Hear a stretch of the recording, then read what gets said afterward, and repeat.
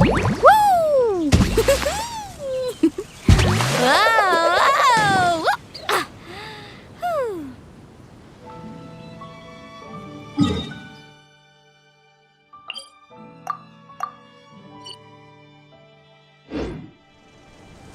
You can only do so much on your own, but with a group, anything's possible.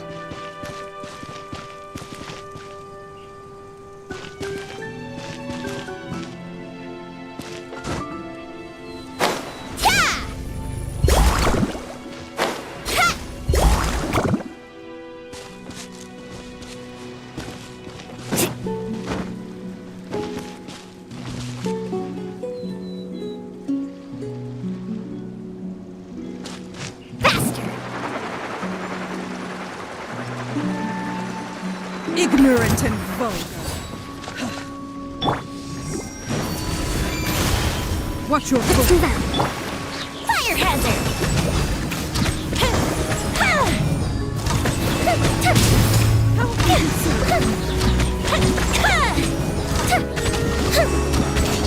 Go Bishop down!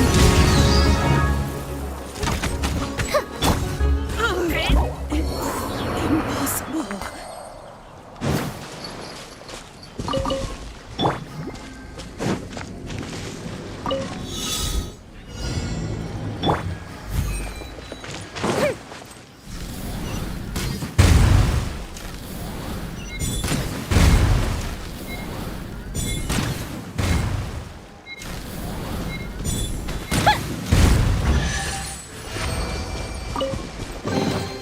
Ooh, let me open it.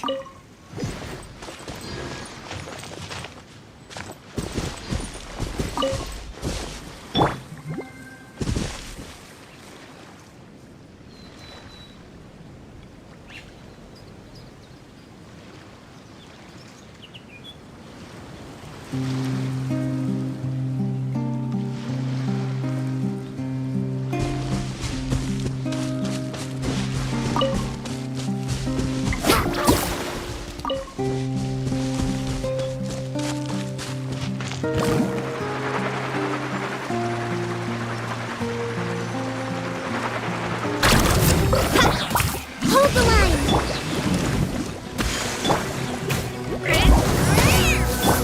Feel the foot! Can't run! Miscalculated. Goodness. Through. I warned you. Carbon wave! How inconsiderate. Fire hazard!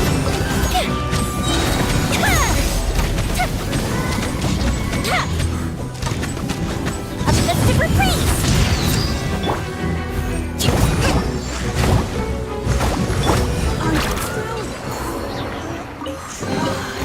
I told you today's our lucky day.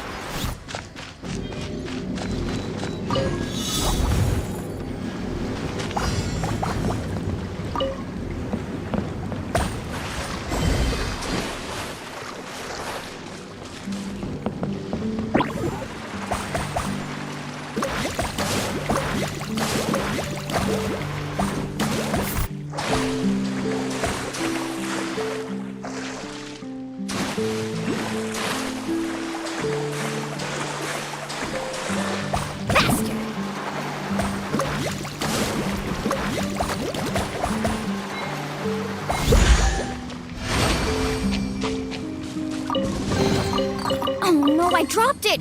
Quick, pick it up! Hope I didn't just jinx us.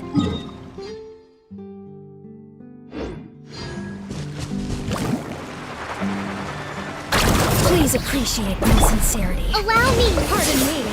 Forgive my discourtesy. Apologies. Ah! The fuse is lit! Please remain seated. Please hold it just a moment. Forgive my prior inconsideration. Oh, fizzle out. Rebuild! Please remain seated. Fire hazard! Apologies.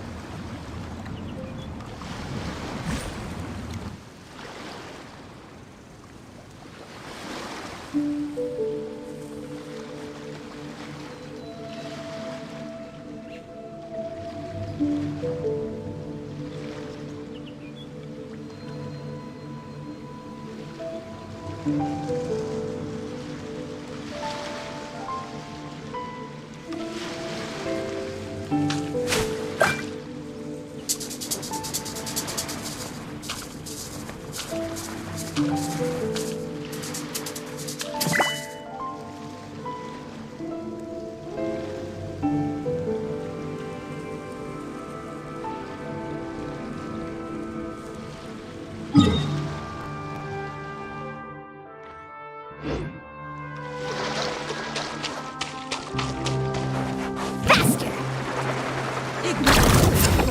I'll put you on high. Let's move. Ah! Time for a light show!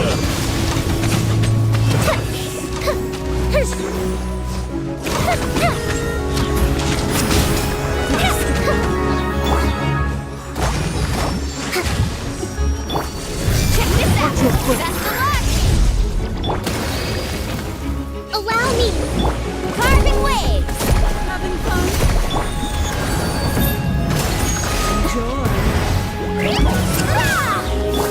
Fuse is lit!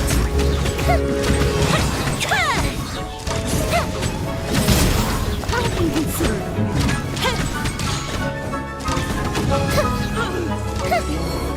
Impossible.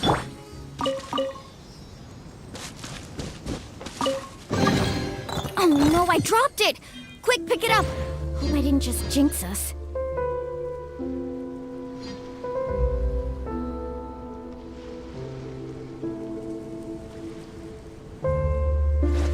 Woo! Whoa! Whew.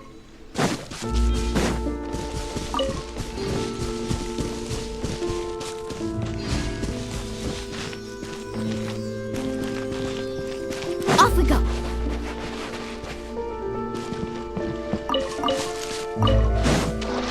Faster.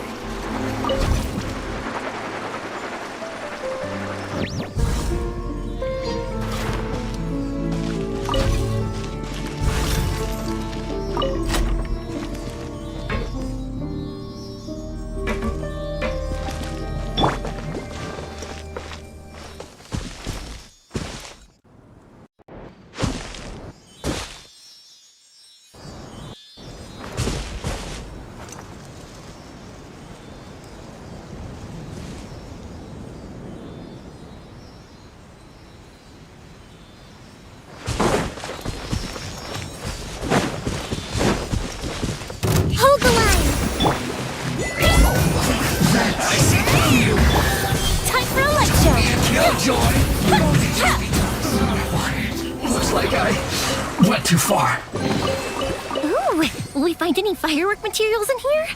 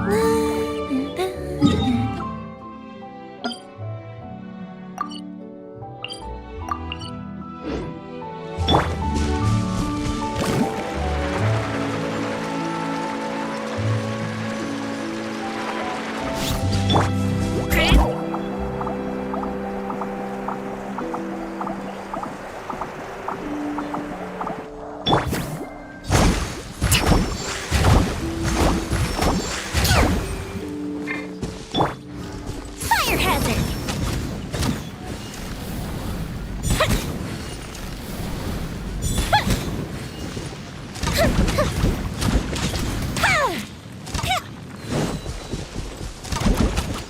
Goes the ship down!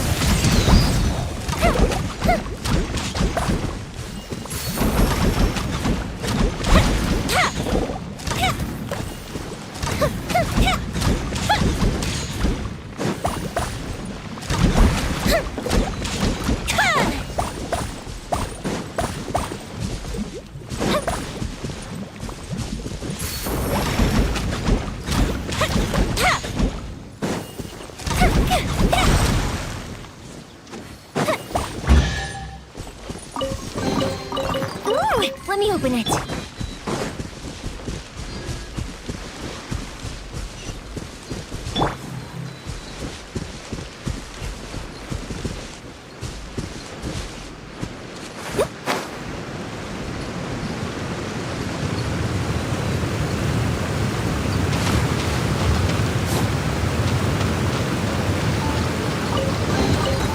Wow, I've never seen half the stuff in here before.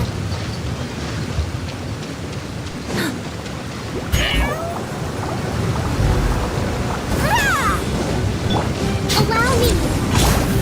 The fuse is lit! No escape. Prepare yourself.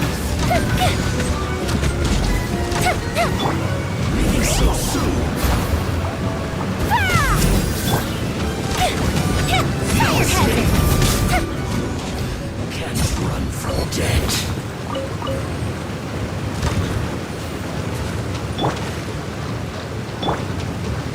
Carving waves!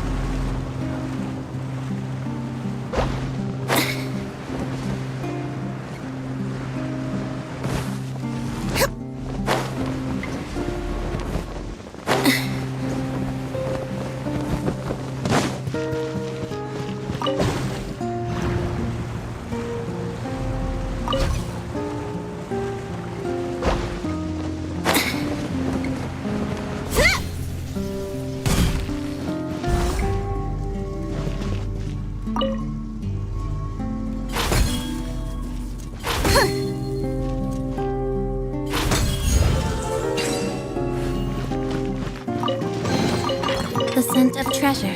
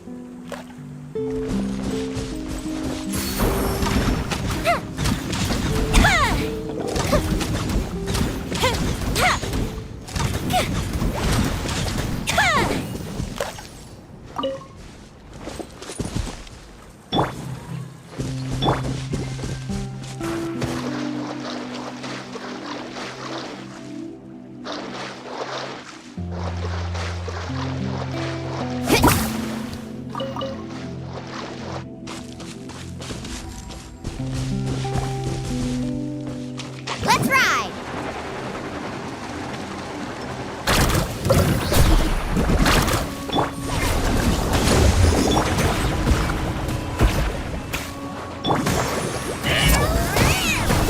Time for a light show!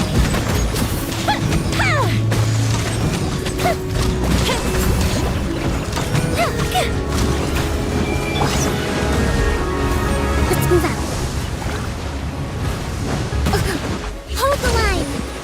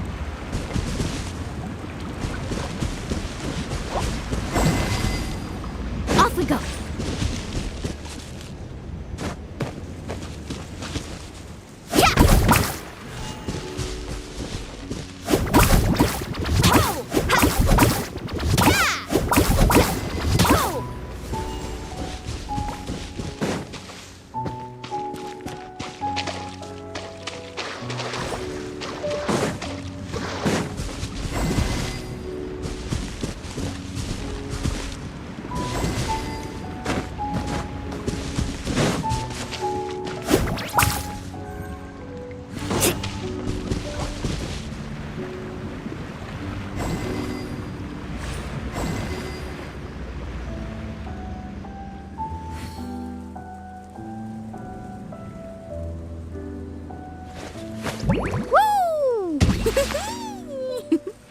Whoa! Ah. Whew.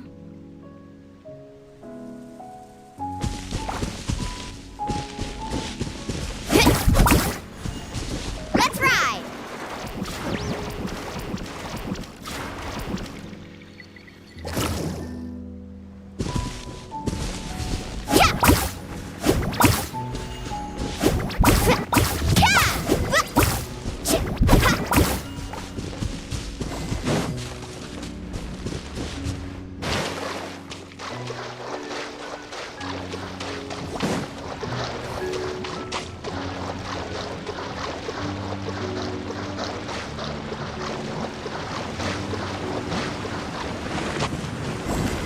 Carving waves!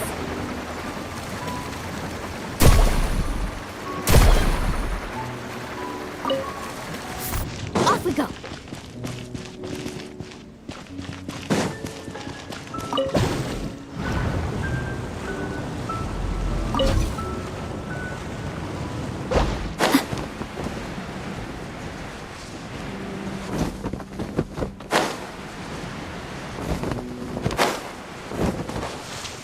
Let's ride!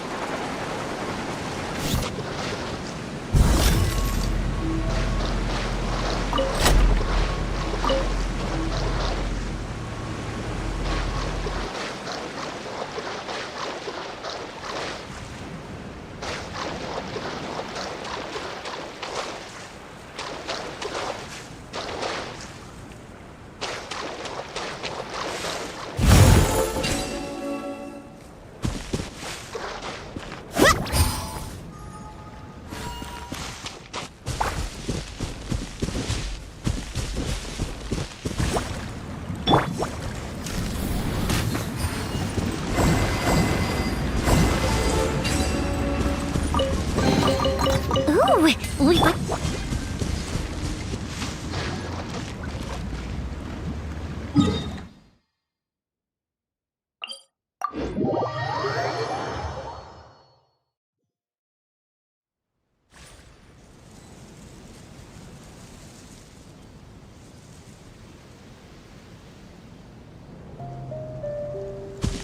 Faster!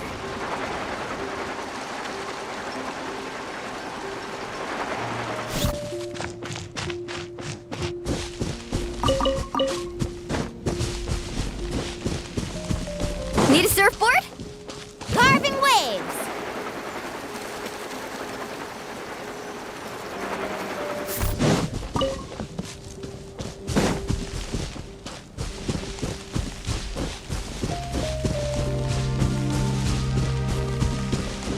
Faster!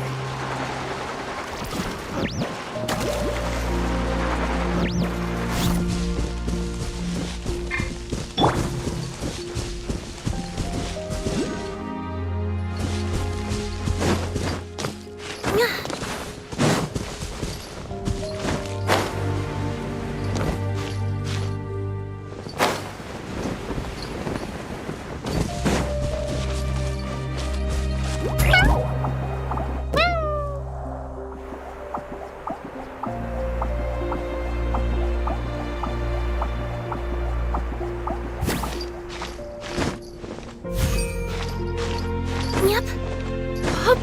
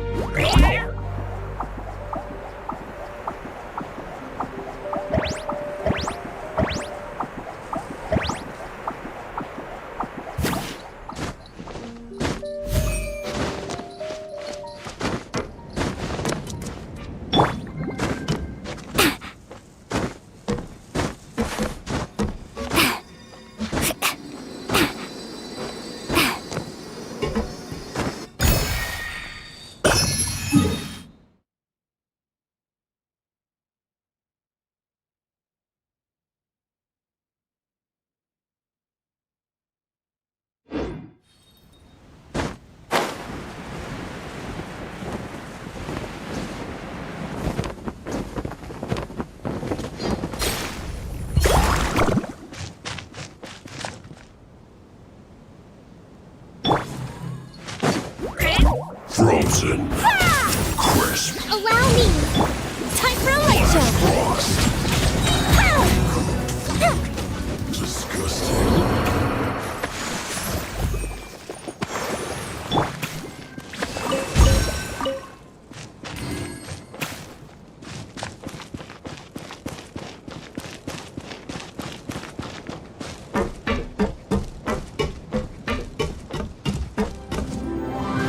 Here comes trouble. Use this first. Off we go. Let's ride. You can't run! Well, neither can I. Express delivery. Hold the line. Don't be a killjoy!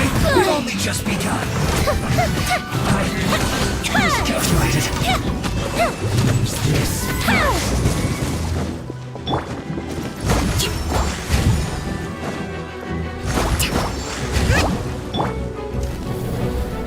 That seemed to work.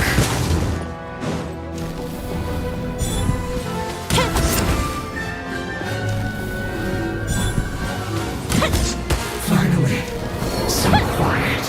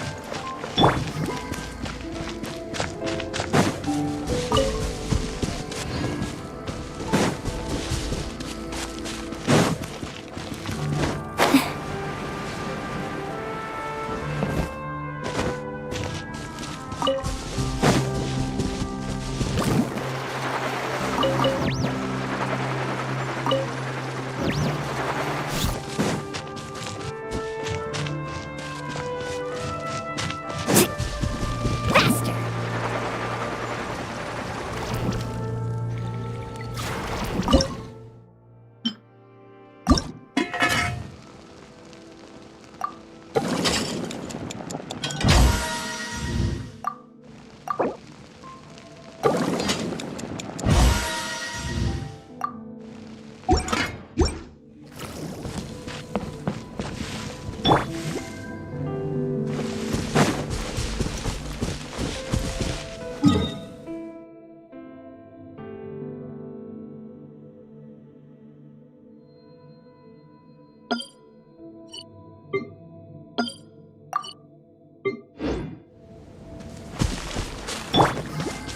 Let's ride.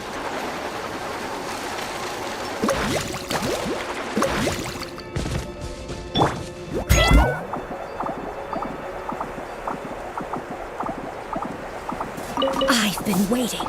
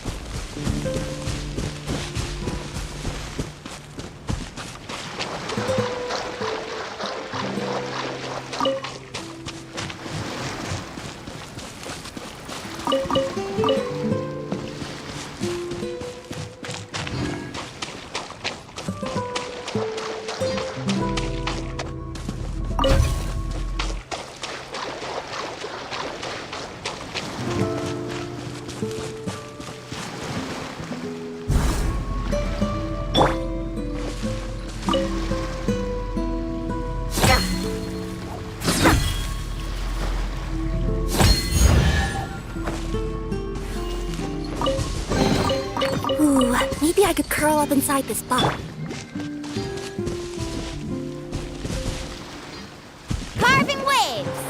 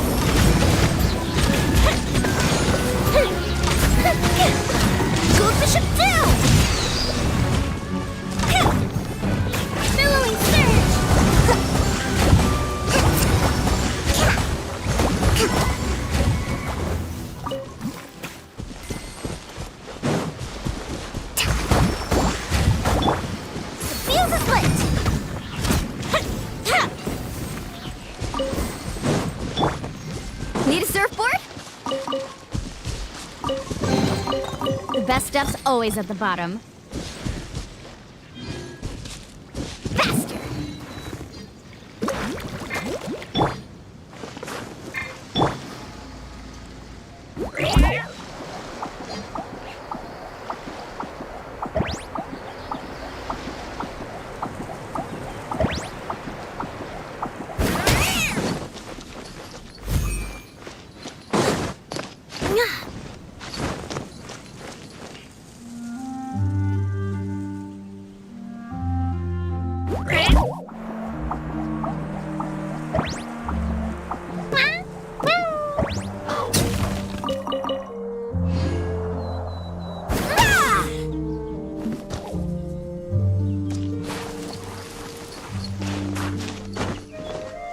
Yep.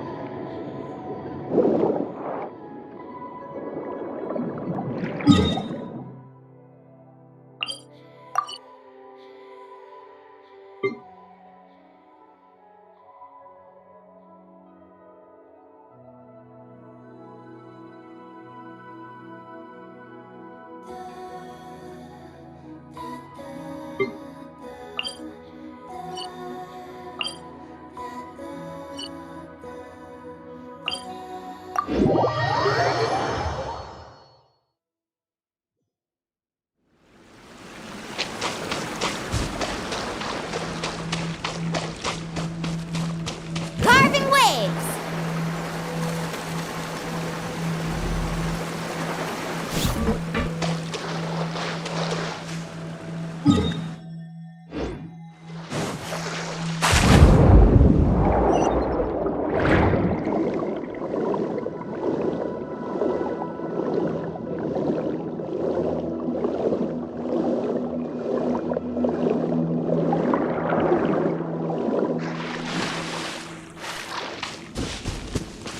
Let's ride.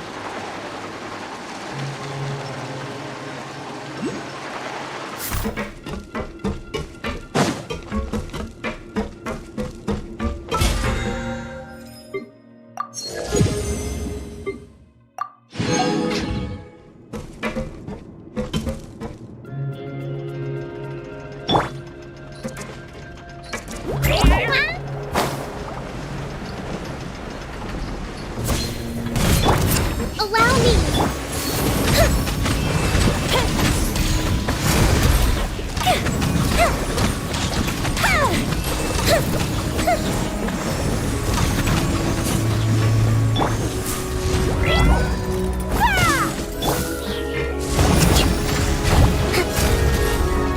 Rust and revamp fire hazard.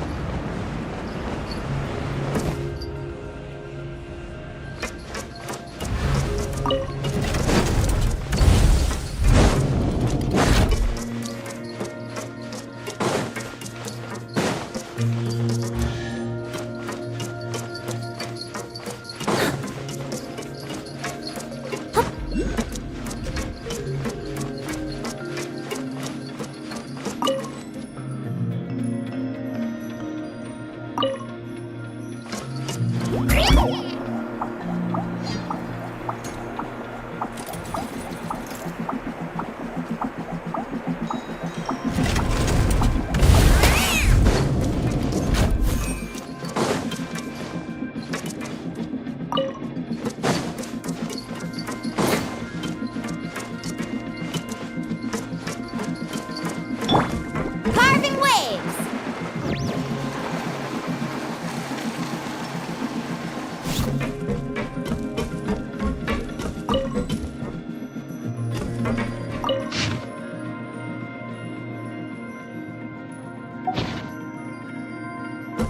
Let's ride.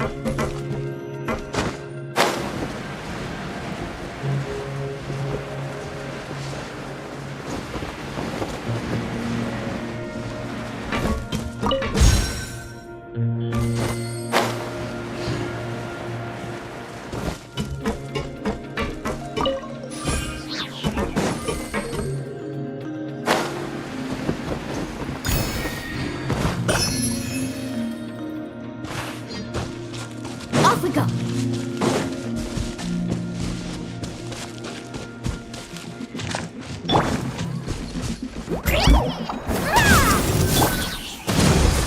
Time for a light show.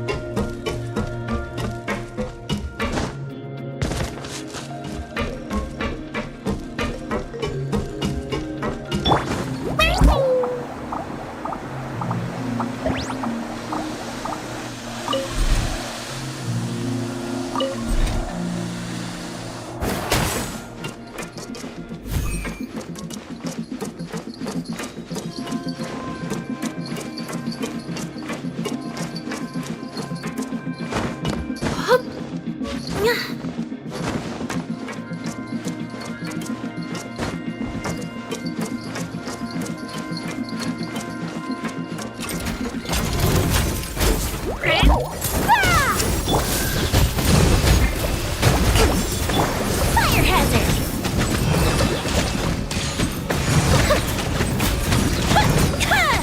A festive reprise.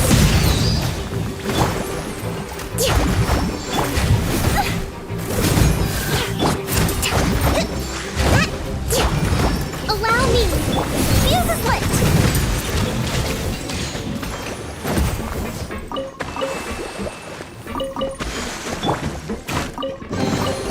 Oh no, I dropped it! Quick, pick it up! Hope I didn't just jinx us.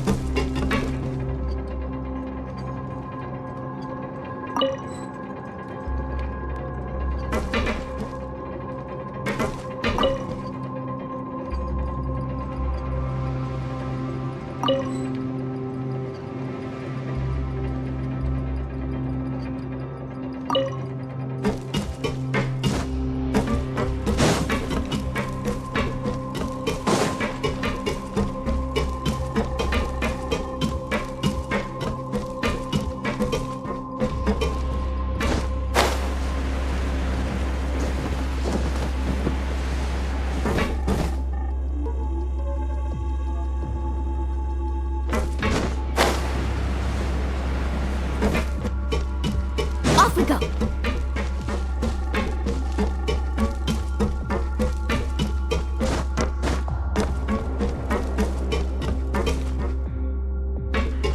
Need a surfboard?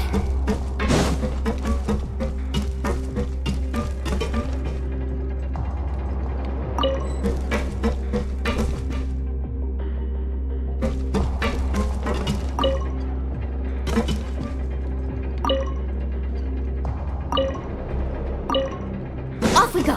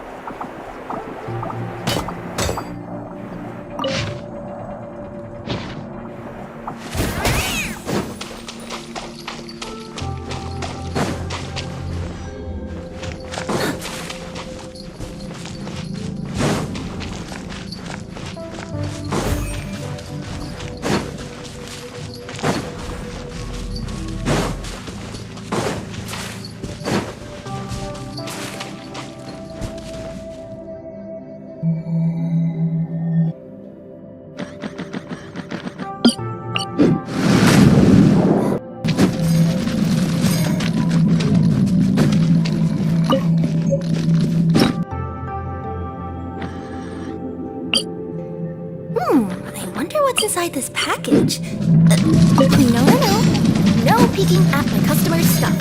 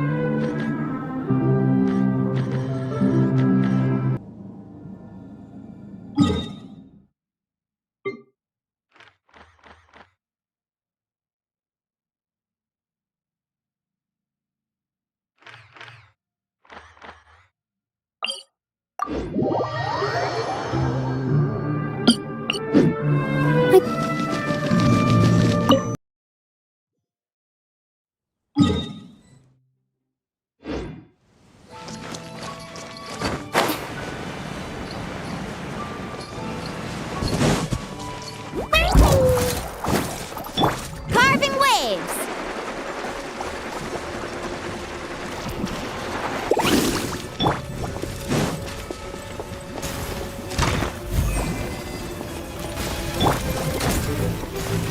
Rest and rebuild.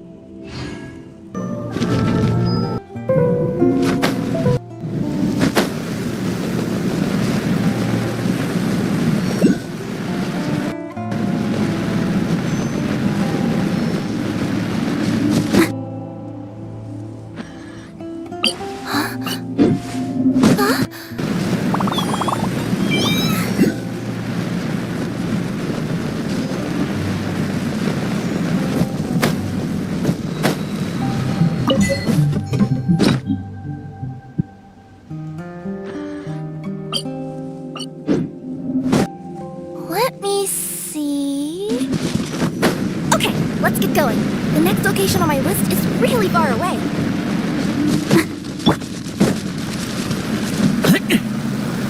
You speak here!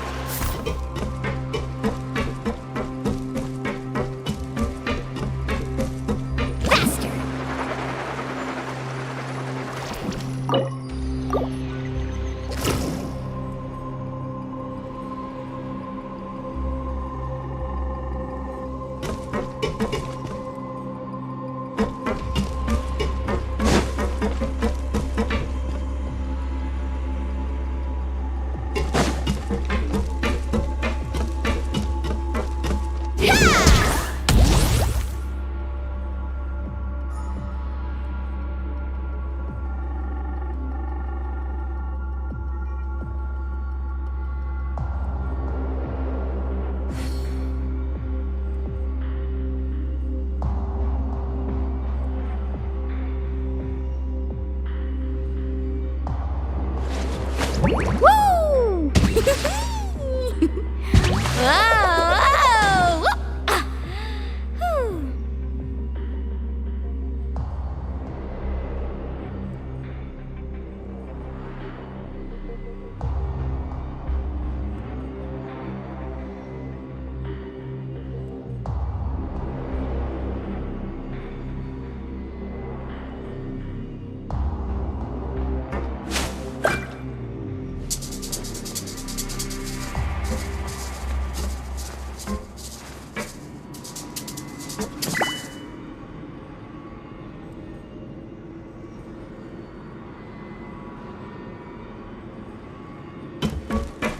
Let's ride!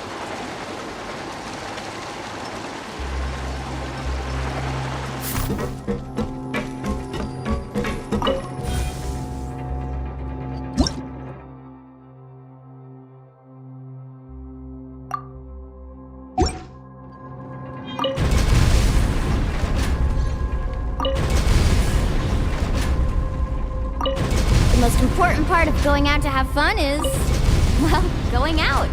So just show up and I'll handle the rest.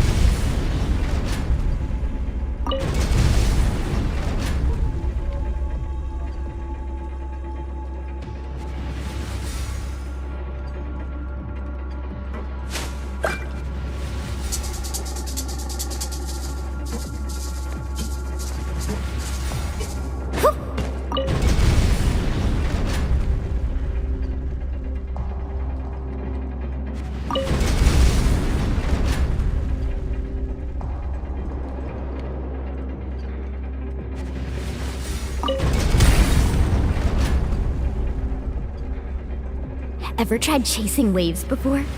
You wanna try? Well, come on, no time like the present. I'll help you find the closest beach.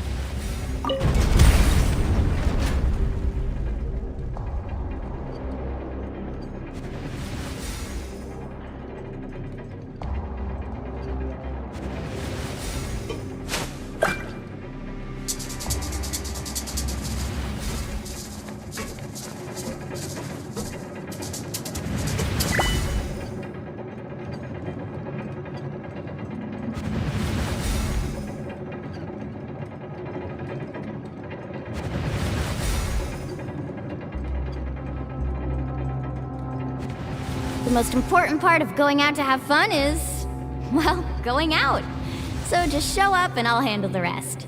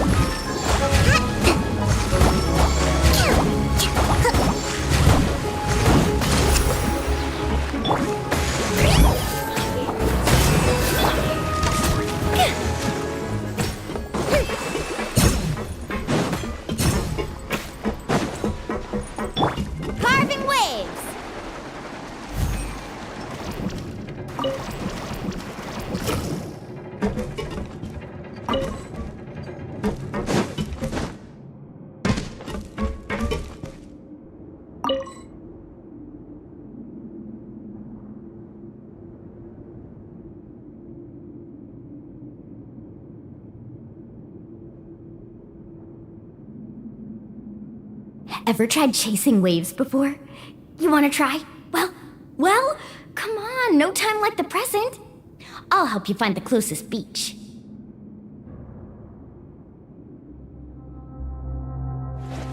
Woo!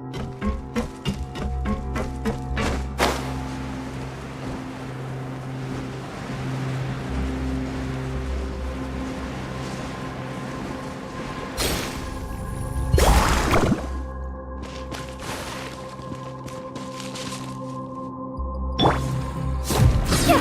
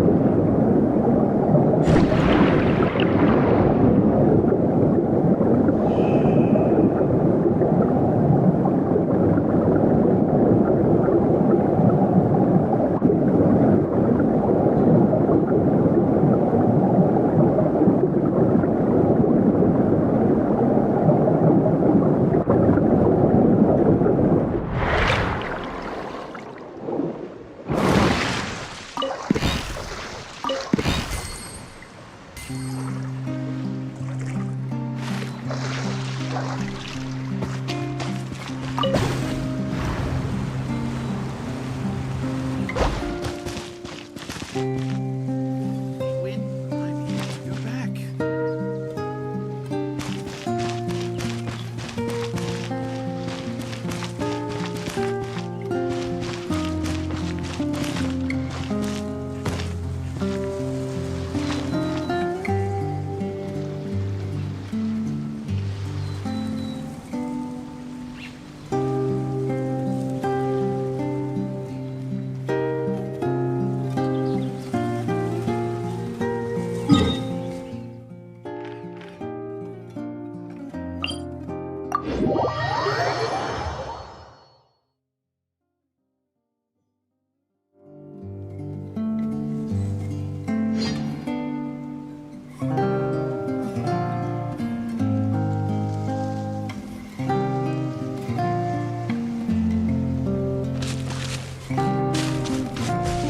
Faster!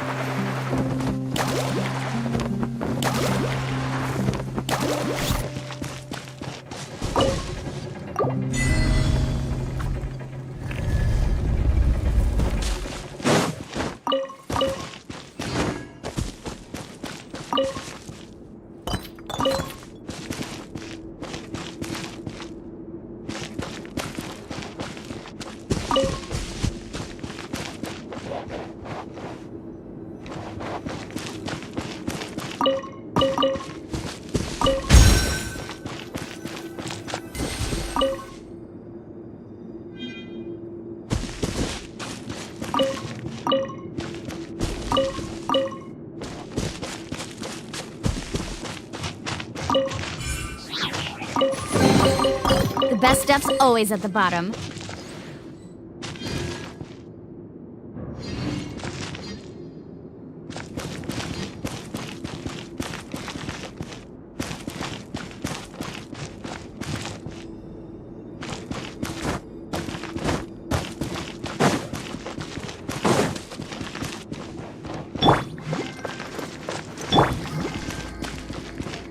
Let's ride!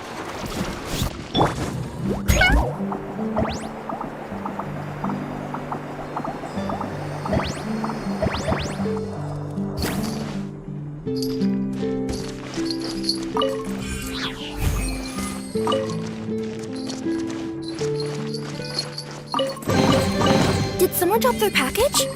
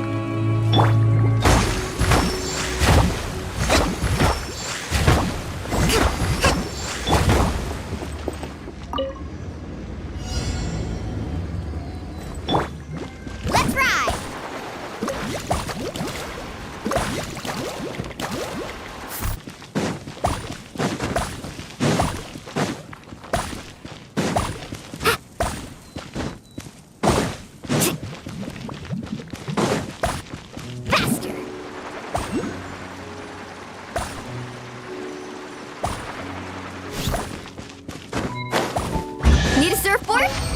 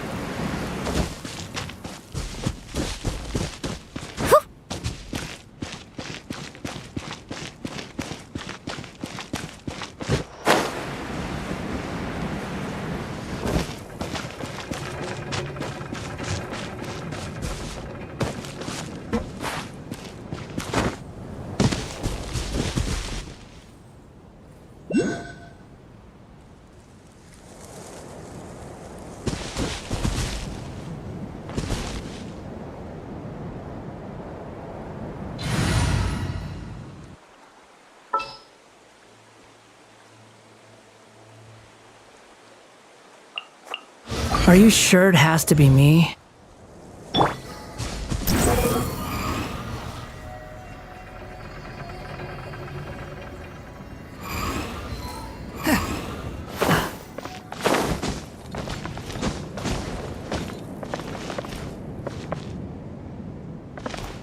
Squall and Fury!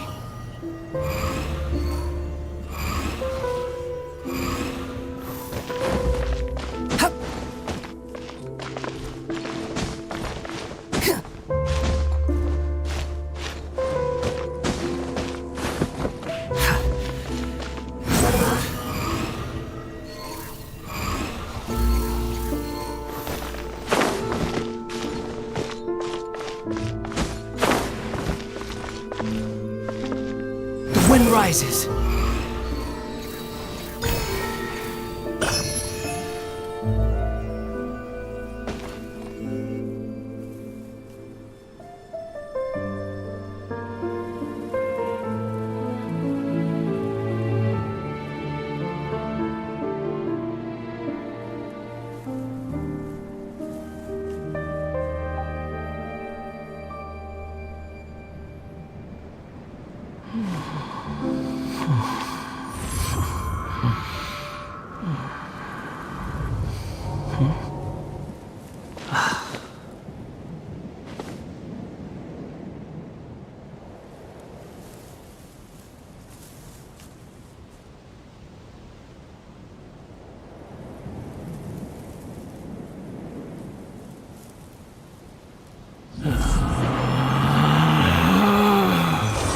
Relax.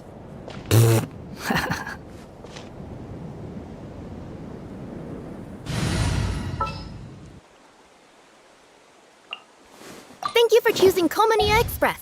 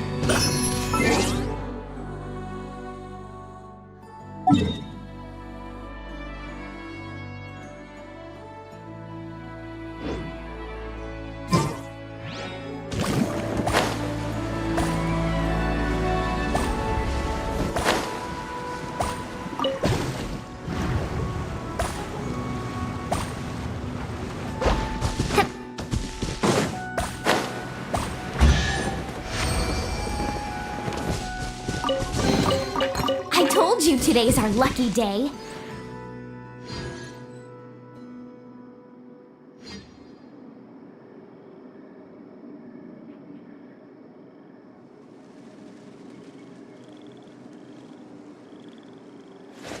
Woo!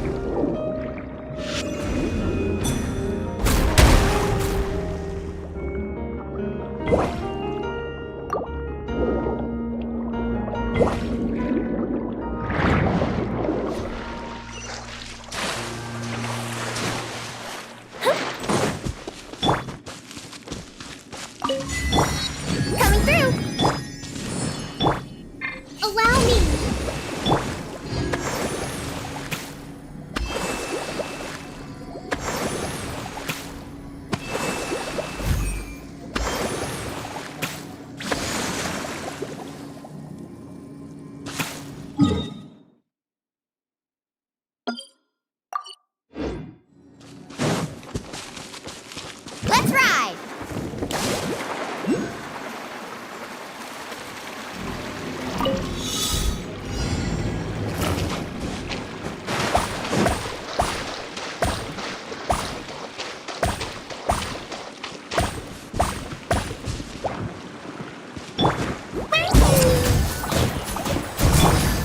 Hold the line!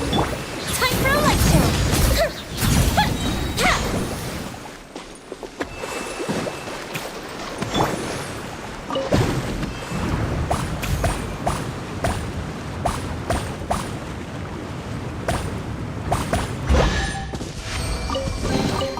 I told you today's our lucky day.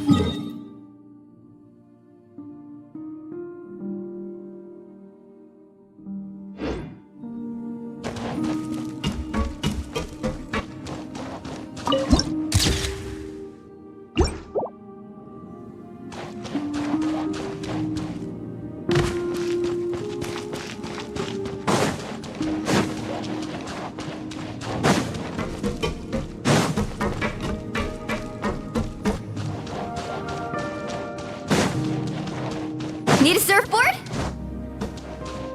Faster!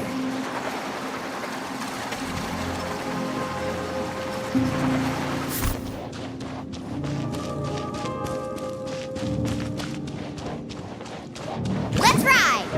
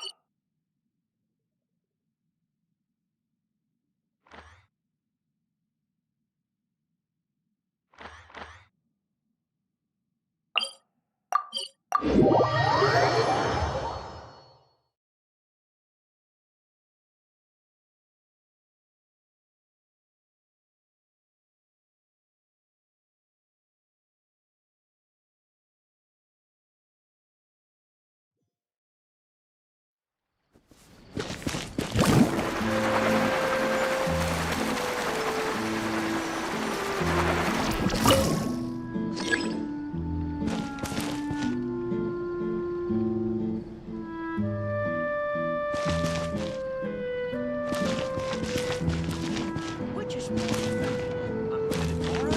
Unlimited time?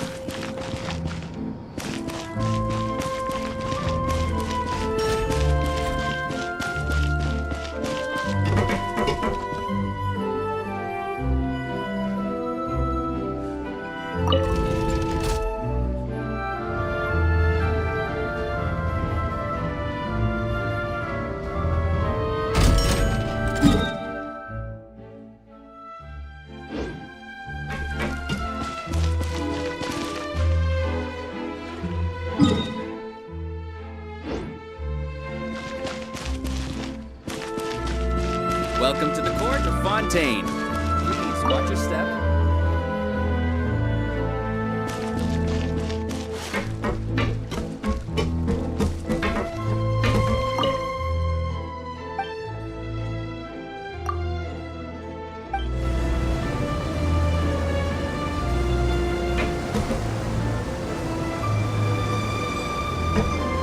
The ferry has set sail! Tour guide Abel, at your service! I'll start by telling you a bit about our destination, Maritime Harbor. If you've been to the port before, you'll definitely have seen the huge lift. I've heard it's no small feat to make one of that scale. Not only that, but it's also designed to work using multiple energy sources. If you know any super rich merchants, that want to build really tall buildings, you can invite them to Fontaine to hire the designers of that lift. Or at least the people they taught their craft to. The most important part of going out to have fun is, well, going out. So just show up and I'll handle the rest.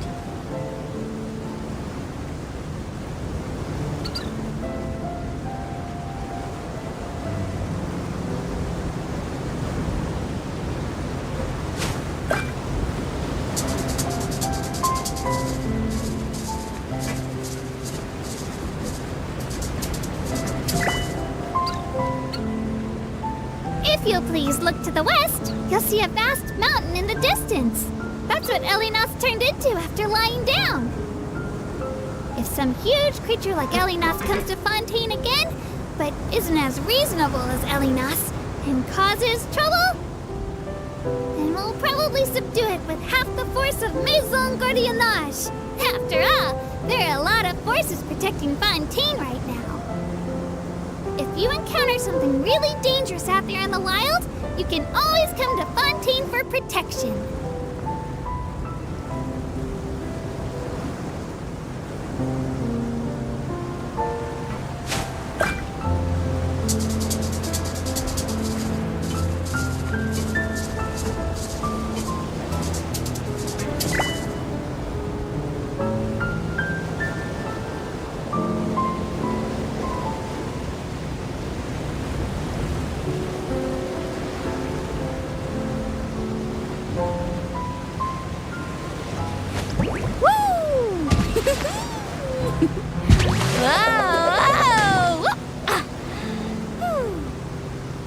Coming to this tunnel, I can't help but think of the Fleuve Sondre in the court of Fontaine. It's really mysterious and fascinating. Before I switched jobs, there were always surprises every time I went there. The residents there have lots of personality. As soon as they heard I was working for the Maréchaussée Phantom, they would line up to talk with me.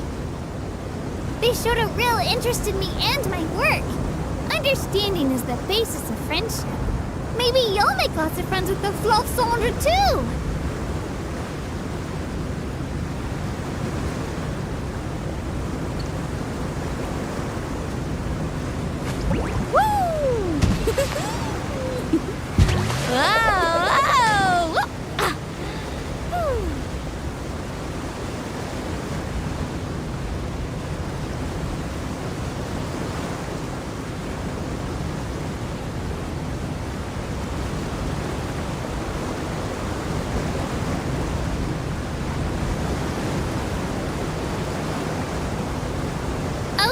guess we finally made it through the tunnel.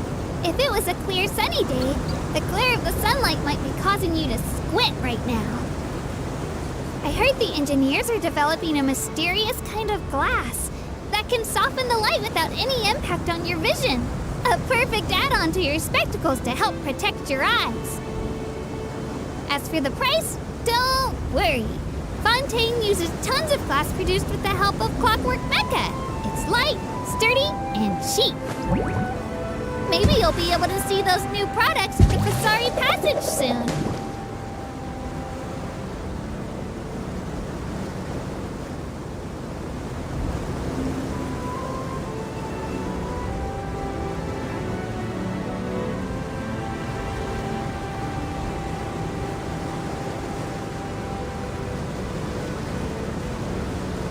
The most important part of going out to have fun is, well, going out. So just show up and I'll handle the rest.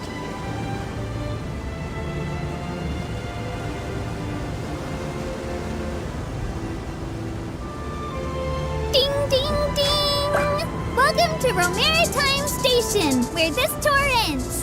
Thank you for riding with us today, and if you have any suggestions or feedback, please write a letter to the tour operator.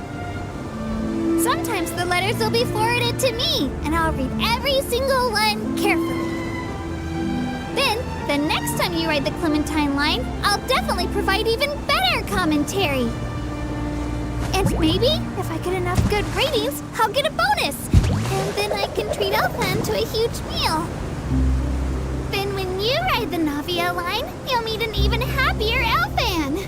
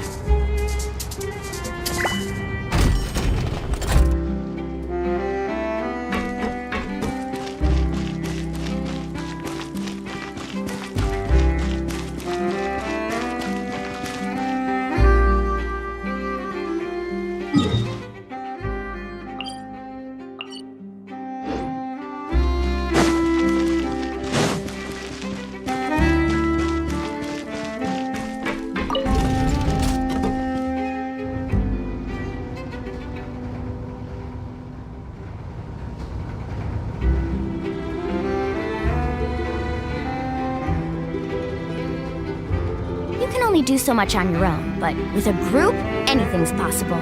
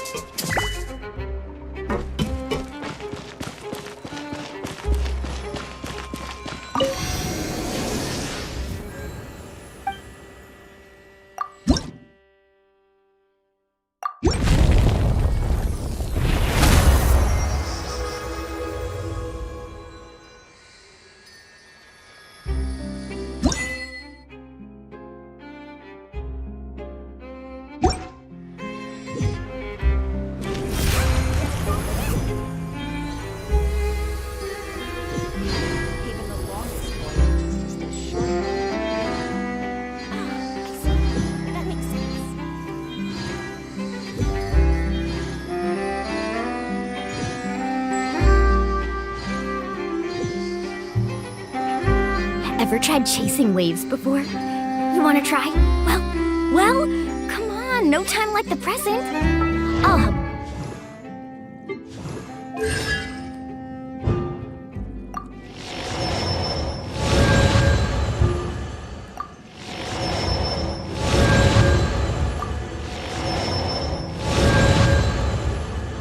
Find the closest beach.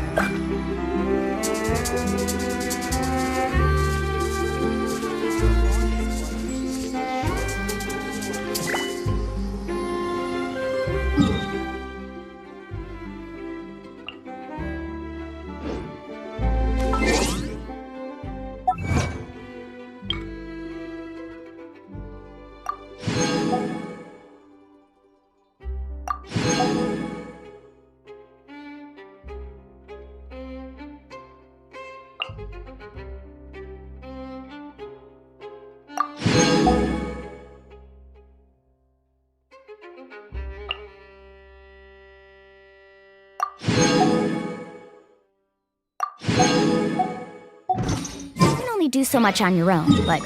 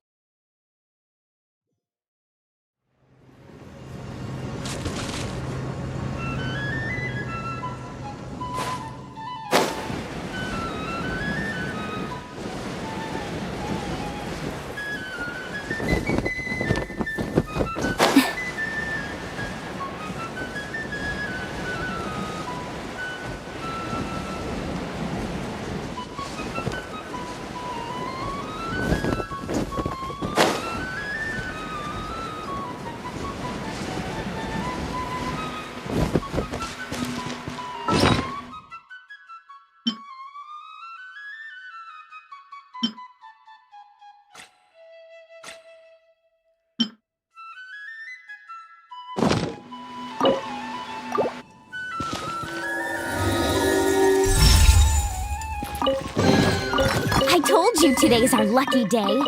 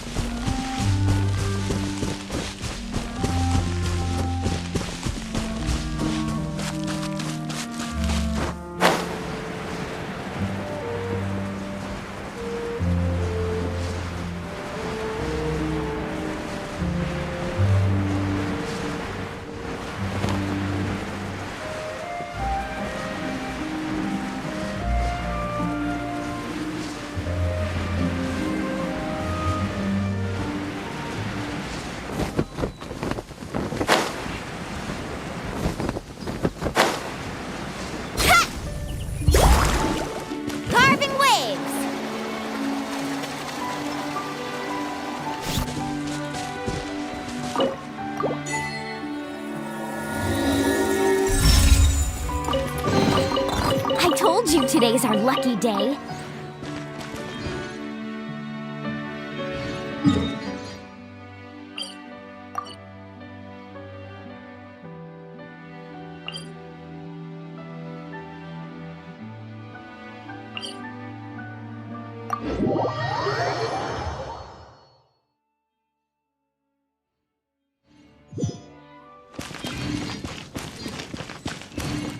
Let's ride!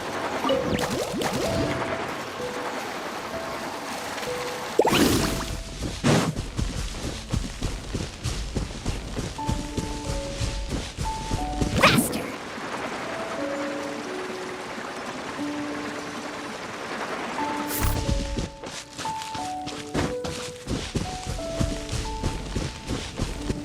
Let's ride!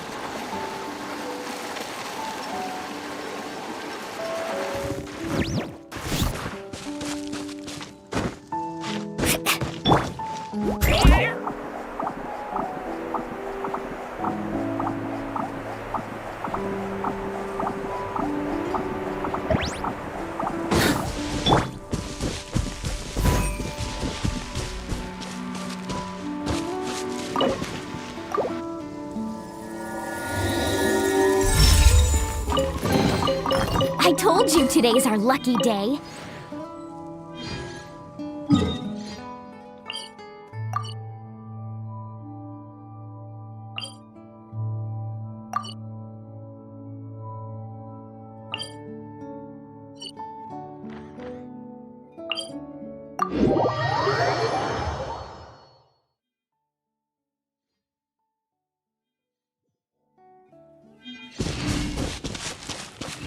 Faster!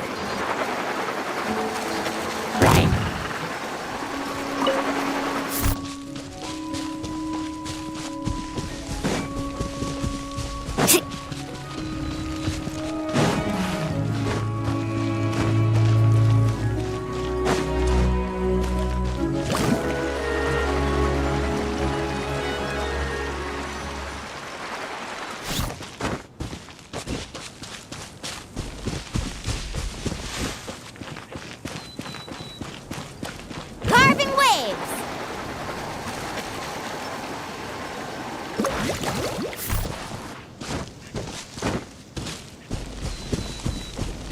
Off we go!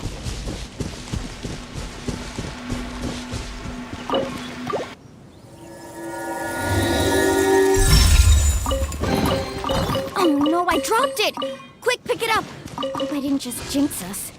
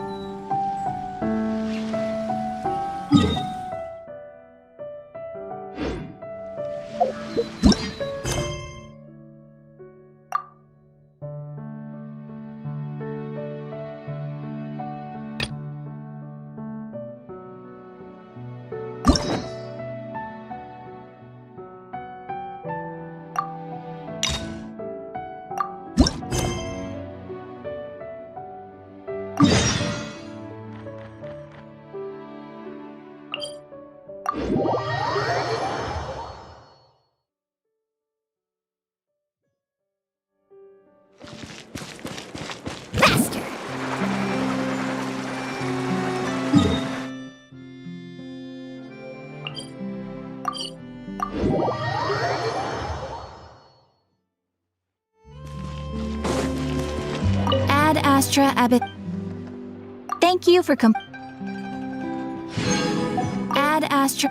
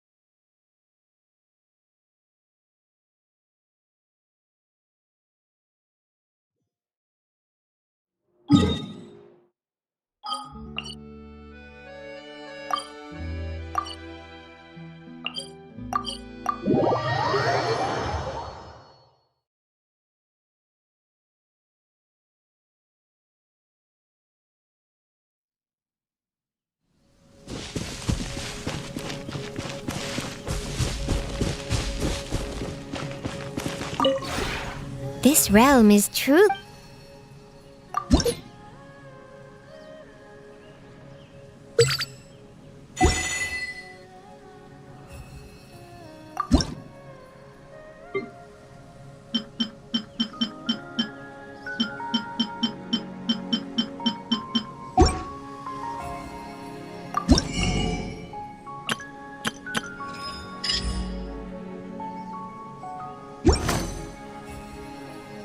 If you ever...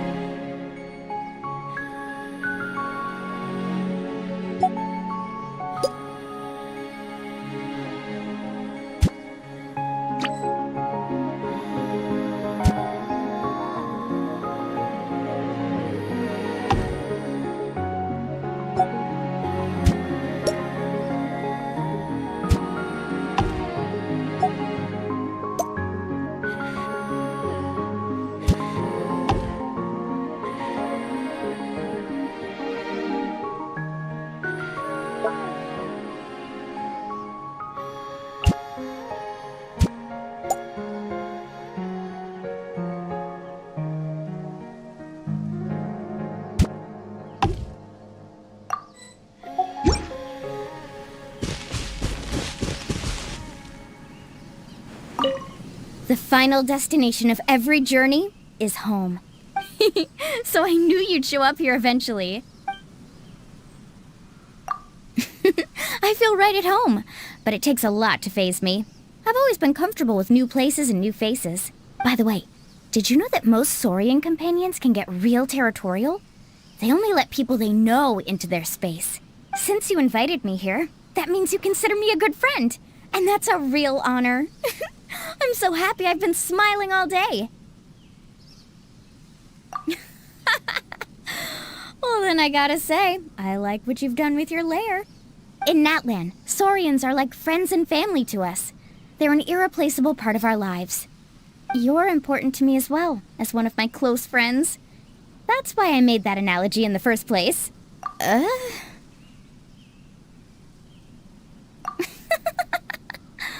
Okay, yeah, I gotcha.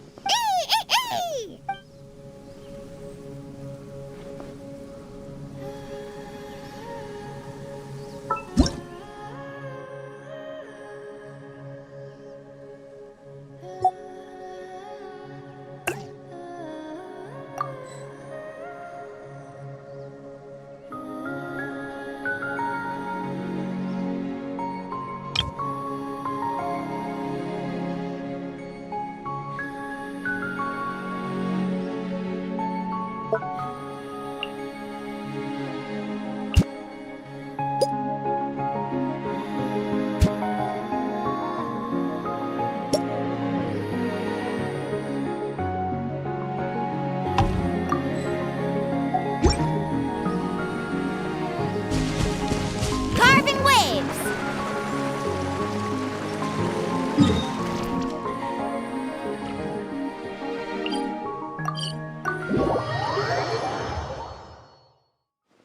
Let's ride!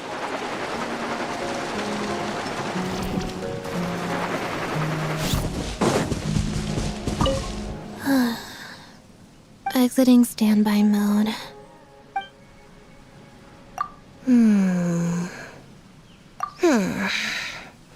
If that isn't an option, then I can't really think of anything else to do. Would you like a cup of tea? I can go make one for you.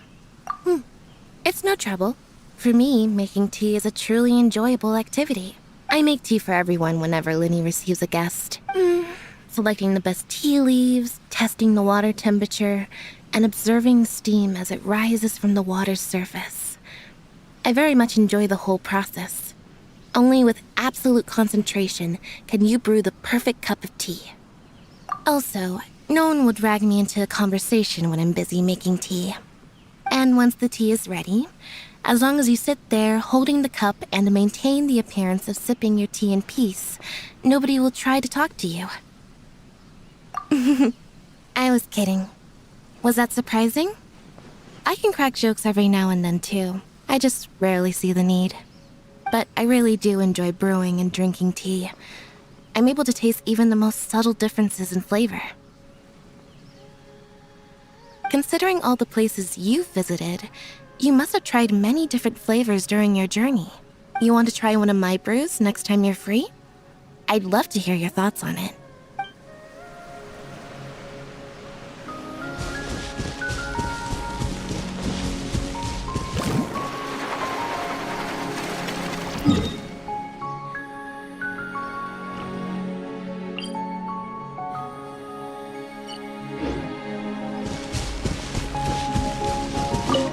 Hey! I just knew you would be making an appearance here. Sure thing. Say, why don't you take a look at my hat? Do you see anything different about it? Ah, but that just means you need to look at it more carefully. Just come a bit closer. So, do you have the answer? Is it the pattern or the color? You should have seen this hat many times before. No, the whole thing was misdirection. I just played a little trick and stole something of yours. And after that, I also slipped a card into your bag. Now, can you guess what I stole from you? I really am quite the little thief with a nose for Mora. No wonder my pockets are always overflowing. What I actually stole, however, was your attention. That's something far more valuable than Mora. As long as you understand and master this trick and put some time into practicing movement, you too can become an outstanding magician. Okay, you can return my card to me now.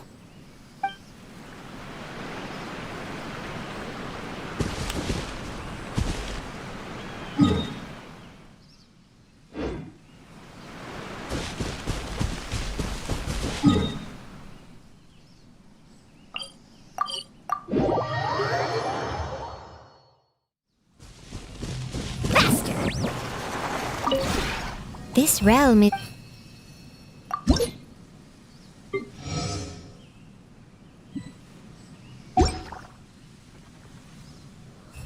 If you ever...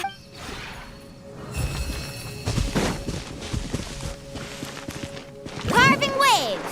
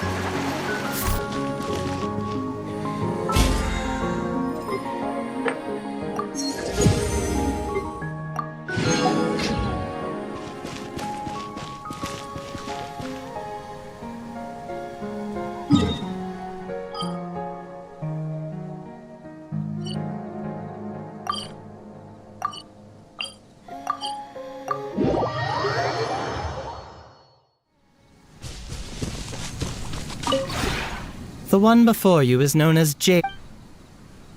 Ah.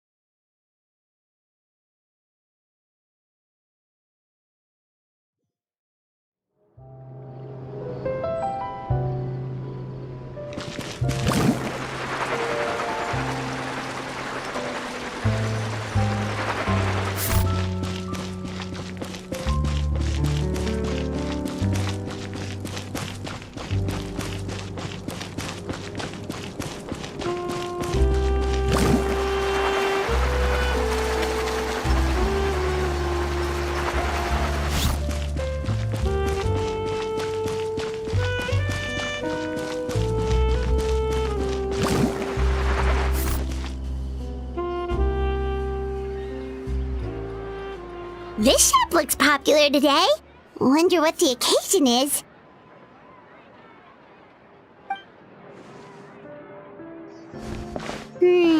Butterfly Dew Cosmetics now on sale. Huh, looks like it. Oh, Seedween's here too. Hey there, Seedween!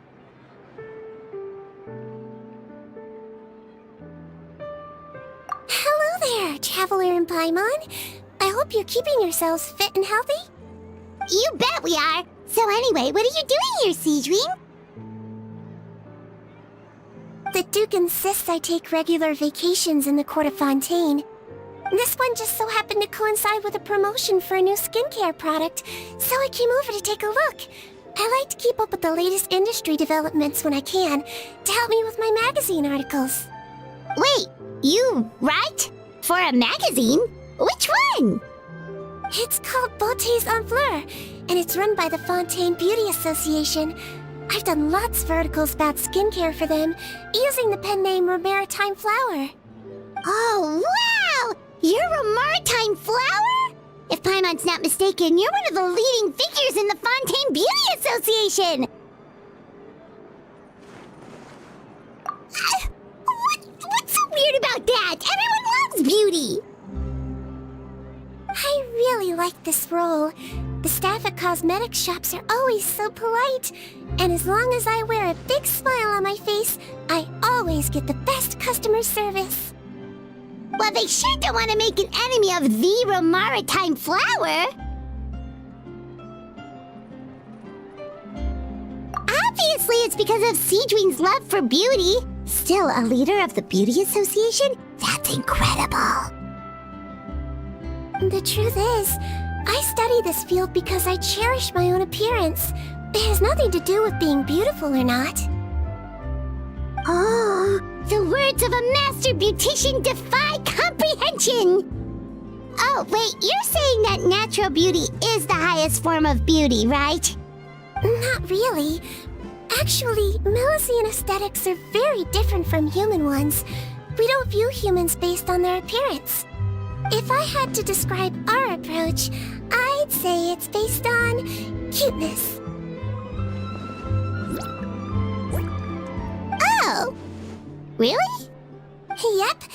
Still, I really value my current appearance, and in the process of taking care of it, I've ended up learning quite a lot about skincare and stuff. It turns out, my knowledge and experience is pretty popular with beauty product lovers. It came as a big surprise to me, though. Oh, Paimon gets it now. But speaking of your appearance, how come you look human anyway? Are you, like, only half Melusine?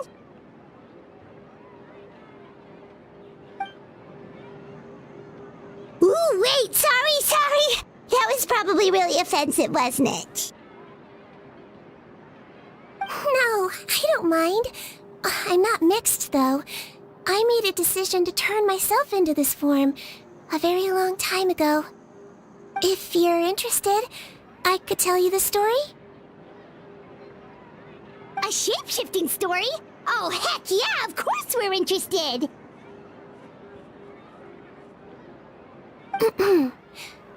Once upon a time...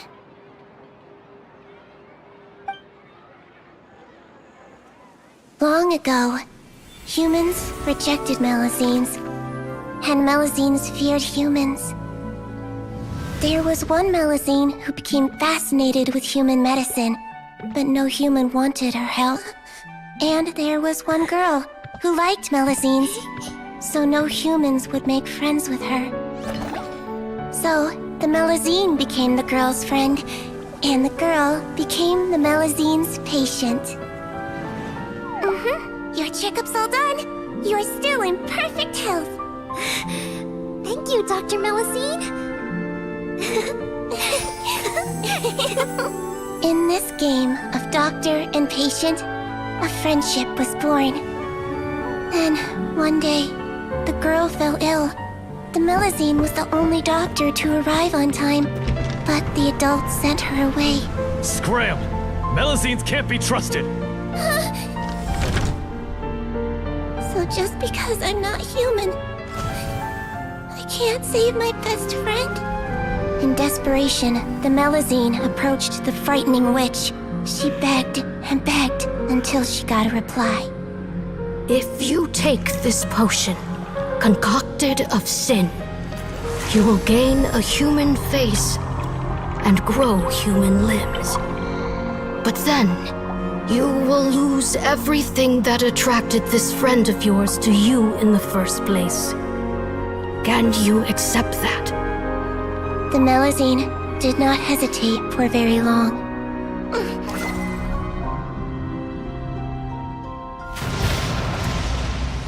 On a rainy night, a little doctor knocked on the girl's door. The doctor wore a hood and raincoat, maybe to protect her from the rain, but maybe also to hide a secret. The little doctor held the girl's hand and treated her illness, just as she had so many times before.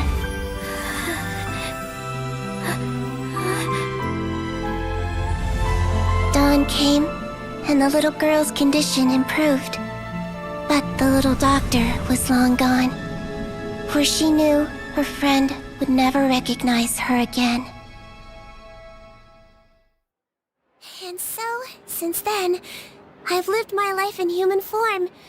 Most people who know me just think I was born this way. Ooh. A witch? A potion?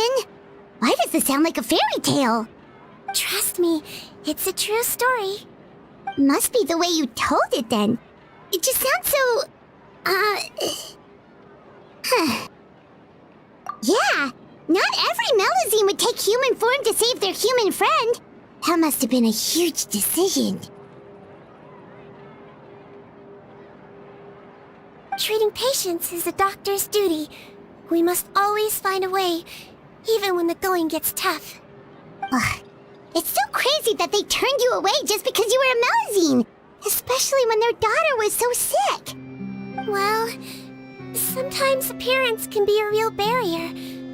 But that was a long time ago. I like how I look now anyway.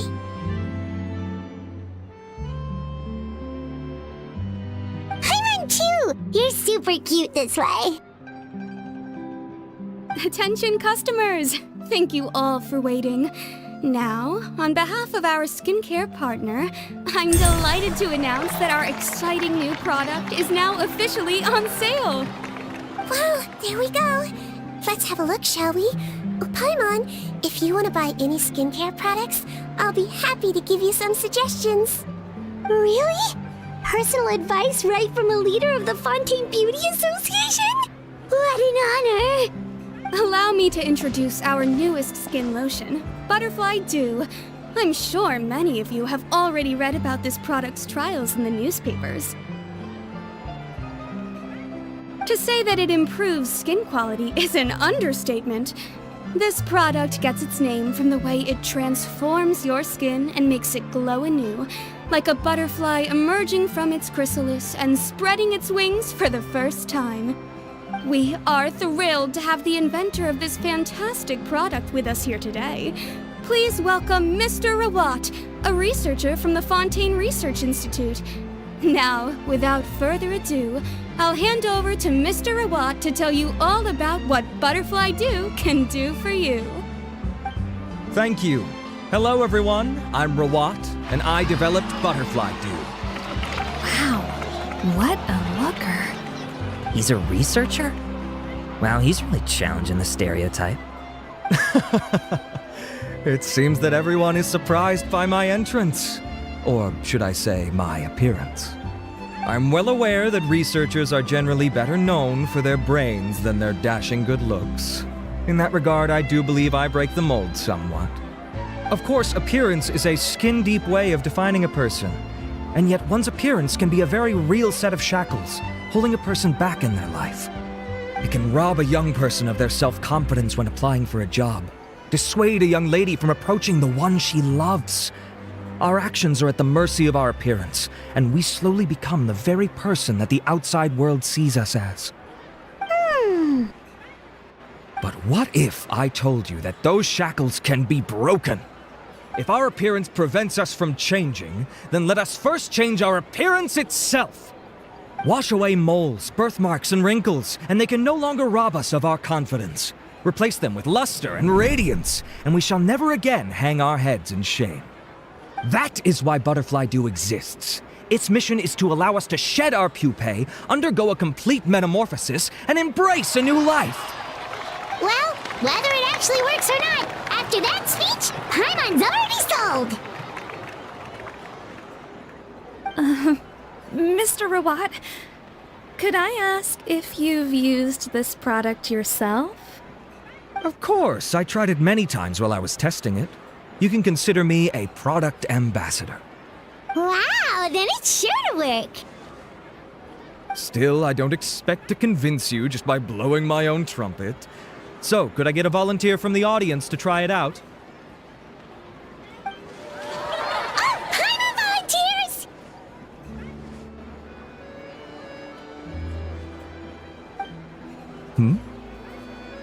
Oh! Ah, what an honor! It appears we have a giant of the Fontaine Beauty Association here with us. In that case, Miss Sijuin, could we seek your most expert opinion on this product? Sure. Whoa, is that Romaritime flower? They say she's the pickiest user of skincare products in all of Fontaine. Here you go.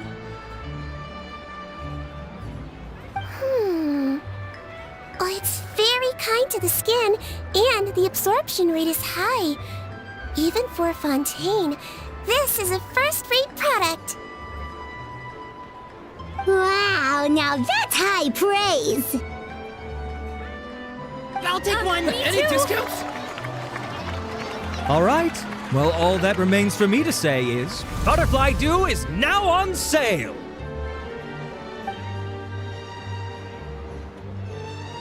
Think we should buy a bottle too? Huh, of course you bring up Mora. Fine, Paimon will pay out of her own pocket and even share it with you. There, does that sound fair? And if you're worried about whether it's the right product for you, well, luckily for us, Sijuin's here, so we can get an expert consultation.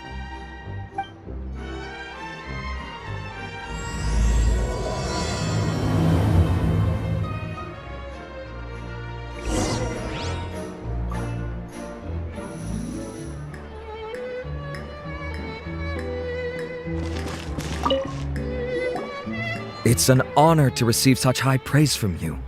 To be honest, I was also hoping you might be able to point out some flaws in the product so I can keep improving it. With most skincare products, the pros and cons only become apparent with long-term use. Yet, this one has instant benefits, improving skin quality without any obvious side effects. It's one of a kind. Don't worry though, I plan to keep using it, and I'll publish regular reviews in Beautés en Fleur. You can read my thoughts there. All you need to do is subscribe. Oh, I was hoping for a more casual conversation, but you are a beauty association leader after all. I understand if you want to keep this professional. Sijuin! Oh, excuse us, Miss Beauty Expert, but do you think this product is a good choice for me and her? Wait, are you the renowned traveler? That's right, and by her side, the equally famous Paimon. Well, I don't normally handle customer questions personally, but since it's the traveler asking, allow me to make an exception. Butterfly Dew is made for all skin types, so no matter who you are, you can rest assured that it will be kind to your skin. If anything, it might be marginally more effective on Fontainian's skin, but other than that, it works the same on everyone. Why would it work better on Fontainians? In the interests of protecting my trade secrets, I'm afraid I can't answer that, Miss Paimon. Alright then. How about a friend discount? Save yourself the trouble. I'd be greatly honored to have both of you use my product. Here, take 2 bottles for free. Yay! Paimon's private fund survives!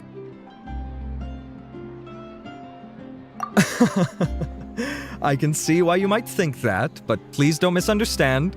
This gift is simply a token of my esteem. There's no business motivation behind it. To me, finding new customers for Butterfly Dew is about meeting kindred spirits, fellow admirers of physical beauty. I consider it a labor of love. Admirers of physical beauty? Eesh, that's embarrassing to say out loud. It sounds so shallow. It's nothing to be ashamed of, Miss Paimon. Most people claim to desire inner virtue, but it's still physical appearance that turns their heads.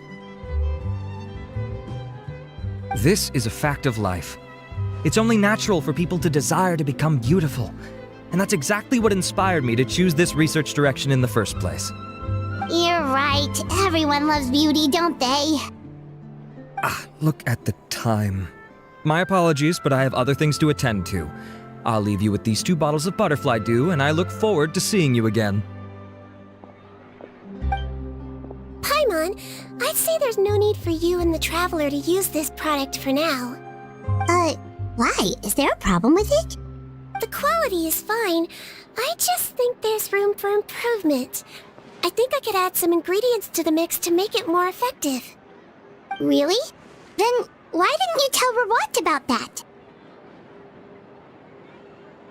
Researchers are a very special breed of human. You can point out their flaws to their face and they won't mind very much. But if you tell them that someone else could do a better job, ooh, now that'll make them really upset. If I'd mentioned it, he probably wouldn't have given you those 2 bottles for free. Fair enough, that makes sense. If you're interested in the more effective version, I can write up a list of ingredients for you. Just come get me once you've gathered them. When you say more effective, you mean it'll make Paimon even prettier? Ooh, how can we say no? As for me, it's probably time I got back to the Fortress of Meripede. I mustn't leave the infirmary unattended for too long. Alright, see you there then!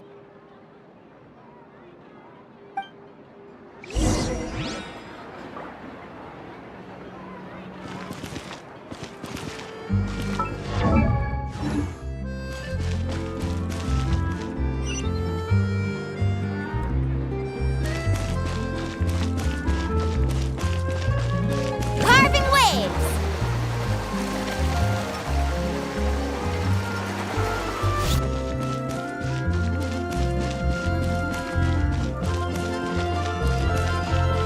Let's ride!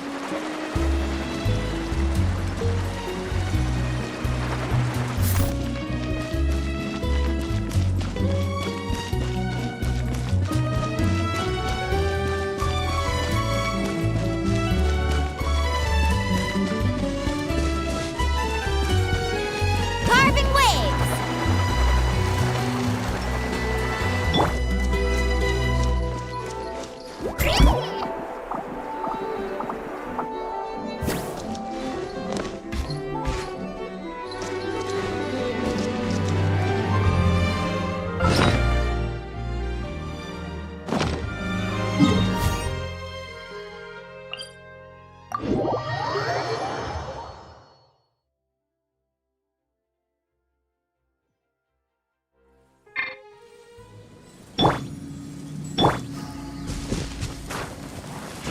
Just up ahead, Traveler! The ingredients for Sea Dream should be nearby.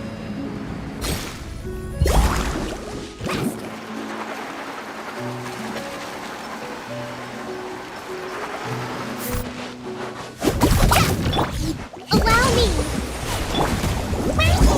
Ah! Fuse is lit!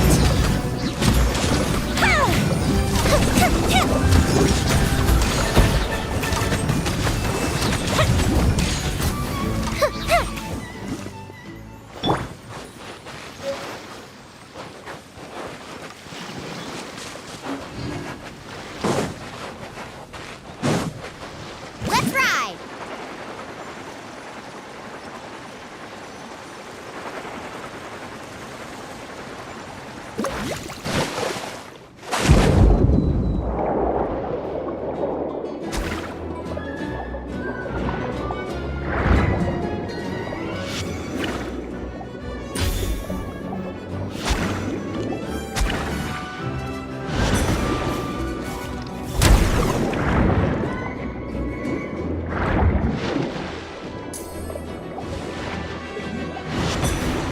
Great! That's everything! Let's head to the Fortress of Meripede!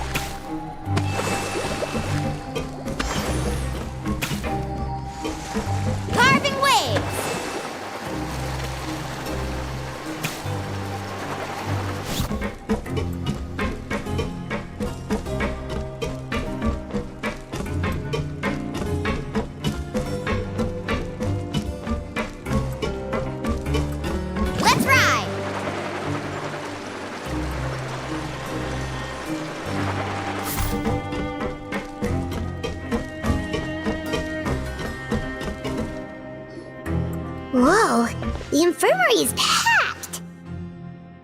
Please, you have to believe me. I saw it with my own eyes last night. Another me! He looked exactly like me. Got it, okay. I've written down everything you told me. Now, I have a few tests to run. Take a deep breath, and don't worry, it's nothing to be nervous about. First, which finger am I holding up?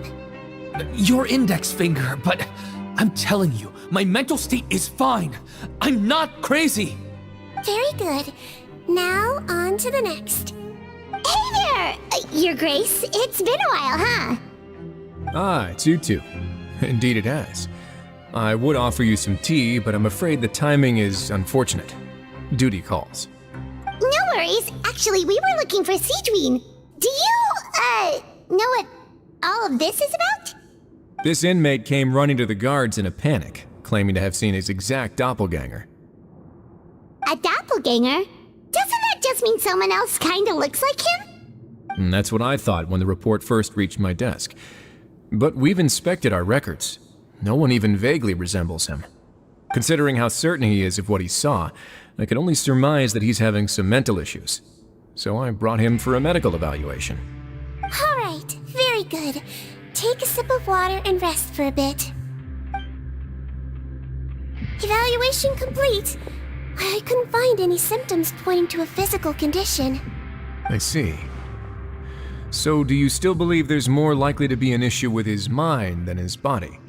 I have to assume so for now. Psychological issues are more difficult to detect. At this stage, we can at least confirm that he is in command of his cognitive faculties. The rumor mill will go crazy if word of this gets out.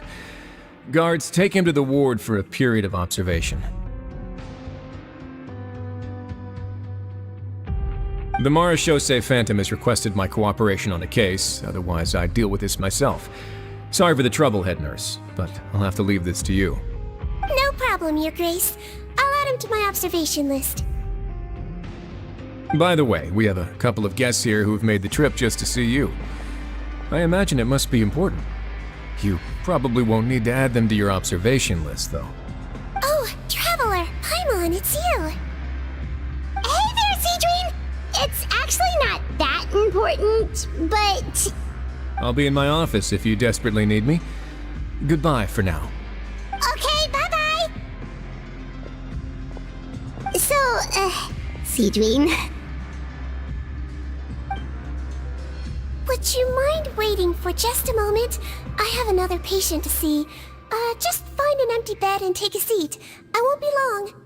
Oh, sure. Sidrine, we've brought him. And he seems to have taken a turn for the worse again. Okay, don't panic. Let's start by sitting him down here. Paimon had no idea how busy it can get for Sidrine. Maybe now's not the time to ask for her help with skincare. Good point. Besides, it might actually be interesting to observe her at work. Well, this could hurt, so I suggest you take a deep breath first. Did his face melt? What happened to him? It's anyone's guess. His face melted off shortly after arriving at the fortress. But since he's a serious offender, he can't be allowed out for medical treatment. Best we can do for now is ask the head nurse to give him something to manage the symptoms. Oh, this is gonna be awkward. We still need to bring him to the Marechaussee Phantom for questioning. What if he scares them half to death? Will that be our fault? The Marechaussee Phantom? Does this have something to do with the case Risley's dealing with? Yep, it was a huge case. They bagged a few dozen crooks in one fell swoop. And this guy's the baddest apple of the bunch. He harmed countless people. And now, it looks like it's all finally catching up with him. You done gawking? Not yet. I need to check the severity of your ulcers to decide the right dosage. Don't worry. We Melazines have a very different sense of aesthetics from humans. To me, he just looked like a little kitty with slightly scruffy fur, but still just as cute. Don't patronize me. Do I look like a kid to you? Just give me the meds and let me out of here. I already missed my cell. Hey, lose the attitude. You dare talk back to our head nurse like that again, your days are numbered. Oh, it's fine. Okay, I'm going to apply the medication now. Tell me if it hurts, alright? Look how nice Seedween's being. And he still talks to her like that? What a nasty piece of work. Can I leave now? Wow, not a peep. What a brave little guy. Thank you, Sejuin. And I apologize for the trouble. So, Traveler, Paimon, did you bring the ingredients? We did, but we don't want to interfere or anything. You're busy saving lives here. Oh, don't be silly. I agreed to it, didn't I? Just hand me the ingredients, and I'll make some time to whip it into the improved version for you. Take a rest here if you want. Or, if you're not tired, I hear they're holding a new pancreation tournament in the administration area. Or alternatively, is there anything we could help you with, Seedween? That's right! Let us help you out! It's the least we could do! Good point. Kind-hearted humans start to develop guilt if they accept free help from others. Don't worry. I'll take a look at my schedule. I'm sure I can find something to treat this condition. I gotta warn you, though, it'll be tiring work. So I suggest you take a break first, then come back and see me when you're ready.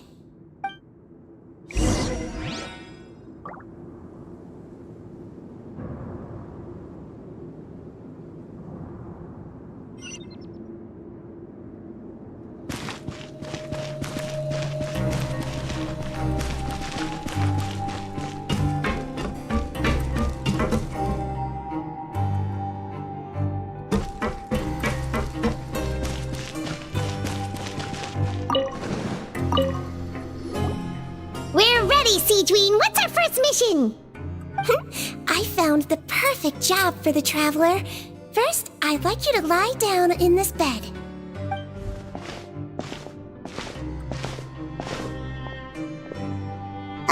What for? I need you to pretend to be sick. What? Oh, is it that difficult? I thought you did a pretty good job last time. Oh, so you knew. I sure did. She was way more interesting than the usual malingering inmates. When you played along very well, Paimon. I observed you two for quite a while after that. Well, this is awkward. But why do you need us to do it again now? No time to explain. My next patient will be here any second. Please just do as I say. You can, pretend like you've got a nasty headache. And throw in some dry heaving for good measure. Okay.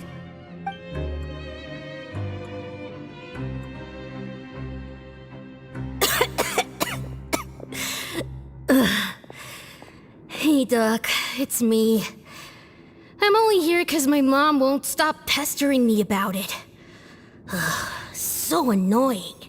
Well, your mother has enough on her plate with a busy job.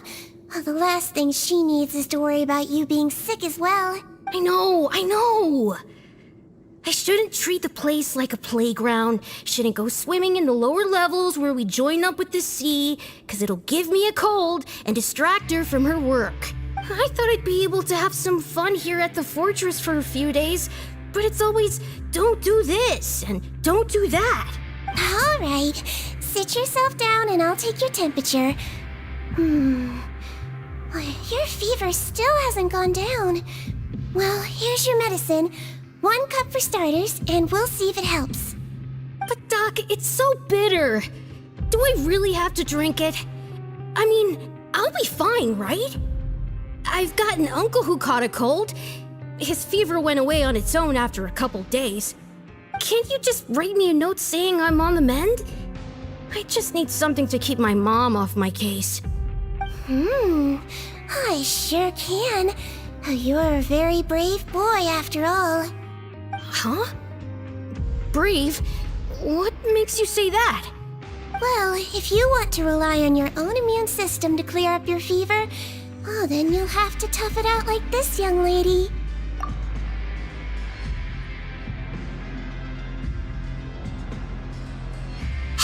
there, traveler? Are you gonna puke? Paimon can get you a paper bag! As long as you're tough enough to get through the nausea and dizziness caused by the high fever, you'll be right as rain after just a few days' rest.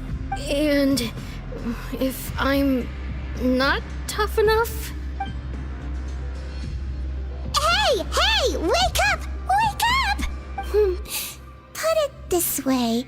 At least you'll never have to see the doctor again, right? I think maybe I'll take that medicine after all, if that's okay. Oh, of course. Here, it's still warm. It's so bitter. All done. Great job, you two. That kid really doesn't know what's good for him. His mother's a guard here. She's been working back-to-back shifts lately, but unfortunately his father's away on a business trip right now. She had no choice but to bring her son here for the time being. He was quite happy at first. He seemed to think that the Fortress of Meripede would be all fun and games. So you made us put on that act just to scare a kid into taking his medicine? That's a pretty sneaky trick. Seems like there's a whole side to Siegeween we never knew about. It's a technique I learned from my teacher. Oh, you had a teacher? Was she a Melazine doctor too? She was human. She passed away a long time ago. Oh, sorry. No, it's fine. I really liked my teacher, so it's always nice when I get to talk about her with other people. She was a traveling doctor, and since she didn't have a clinic, she'd go out and visit her patients wherever they were. Dealing with the badly behaved ones was her specialty. She used to say, if you can scare the little brats into taking their medicine, you won't have to hear them wailing and screeching when their condition gets worse.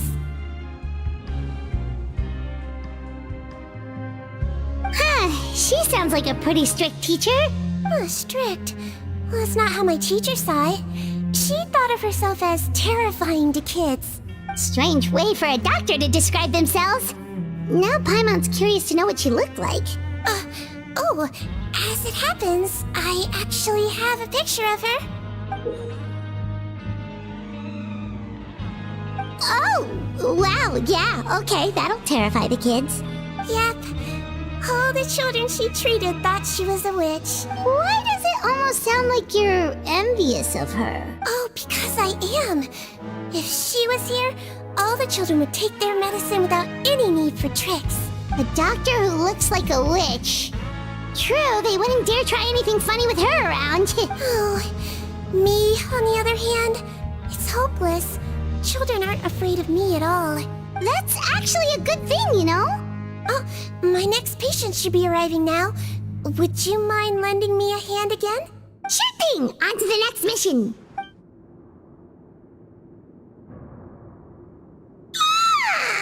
Is it nighttime already? That flew by. You really have a busy job, Siegeween. Well, thanks to you two, it was much easier today. Aww. Should we get some rest? It's getting pretty late. There is one last thing. I have to keep it confidential, so I usually leave it till after everyone's clocked out. Confidential? Are you sure you can tell us? It's fine. You're not living here anymore, so it's okay if you know. All it is I have to prepare some ingredients to make healthy meals with. Wait, you mean those healthy meals? My patients refuse to eat any healthy meals I prepare in front of them, so I have to prep the ingredients in secret, then let the chef at the Coupon cafeteria handle the rest. Considering even the chef's version makes people uneasy, it really makes you wonder what's in it. You want to find out? I can teach you how to make it. That way, if you ever suffer from exhaustion on your future travels, you can prepare a healthy meal for yourself. It's really good for you, you know. Sure? Guess we can help out one more time.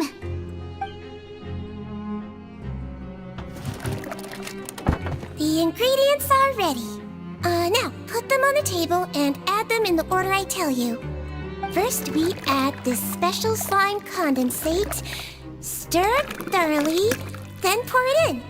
See that? It adds elasticity. It looks just like tasty jelly, doesn't it? Yeah! Yeah, it really does! Until you remember it's slime condensate. Next up, xenochromatic crystals. You want to crush them up into a fine powder, like powdered sugar. Wait, are those from Fontimer Aberrants? Are you sure they're edible? Finally, we'll need some high-protein meat. Frogs are an excellent choice. You just need to clean their innards, and then you're left with some lovely, tender meat. Oh! Frogs. And we're done. All that's left now is to pack them into lunchboxes and hand them to Walsey. Yesterday in the production zone, I noticed an inmate who's been working for 2 days straight. That means it's a healthy meal for him tomorrow. Seedream really does have the inmate's best interests at heart.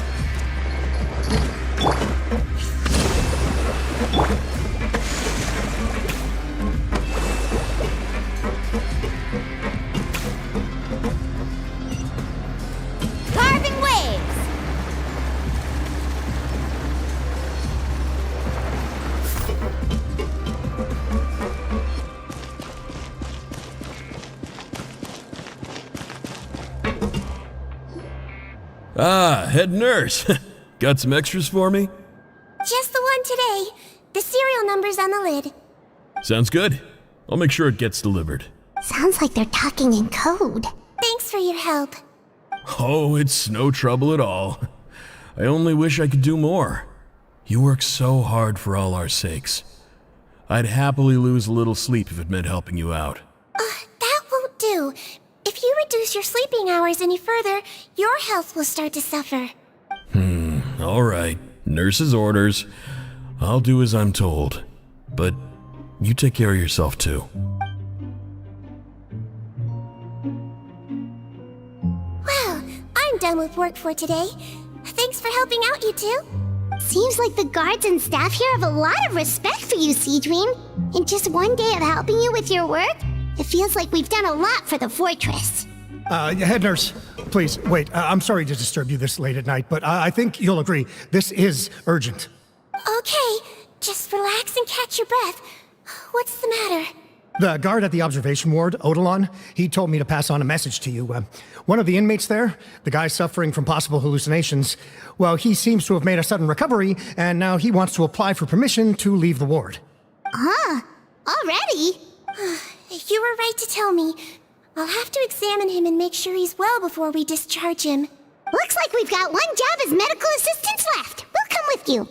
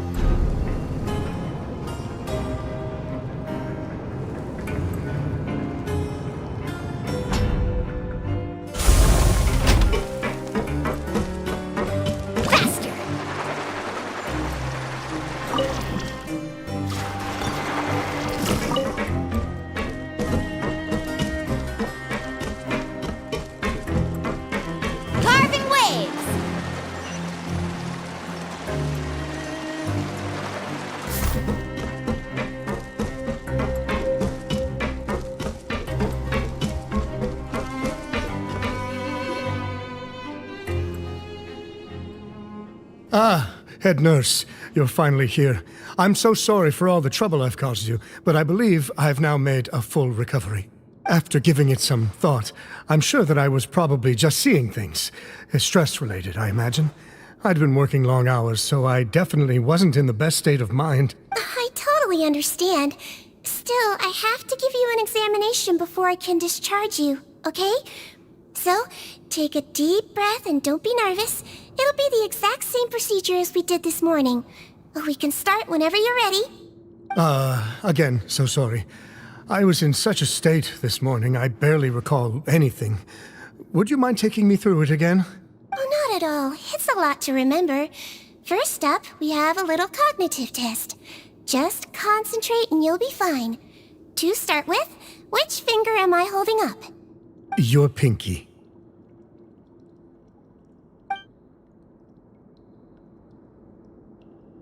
Alright, all indicators seem normal. So it was a stress-induced hallucination after all? Well, we've certainly had previous cases of mental illness caused by overwork, which is why I carefully observe everyone in the production zone. I wonder how I managed to miss the signs this time. Please, head nurse, you shouldn't blame yourself. I'm just still adapting, that's all. Pushed myself too hard, and I guess I couldn't take it. Thanks for looking after me. I'll be as good as new after a good night's sleep. And if you can give me the okay, I know I'll sleep better back in my good old dorm. It can be difficult to relax in an unfamiliar environment. Alright then, you can leave the ward. I suggest you take 2 days off to focus on your recovery. I'll take you off the observation list for now, so you're officially discharged. Great. I can't thank you enough, head nurse. Mr. Odilon, could you escort him back? Of course. I'm on guard duty in the administrative area tonight, so nothing will go wrong. You have my word.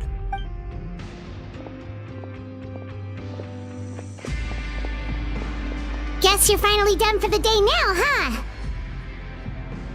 Yep. But I still haven't gotten around to making that improved lotion for you yet. Oh, no rush! Seriously, it's super late now. You should go get some rest too. Well, tomorrow it is then. Good night, Traveler. Good night, Paimon. Hope you sleep well. Oh, don't you worry. We will. After a productive day of work, we're both gonna sleep like a log. Yeah, sleep tight, Seedream. See you tomorrow.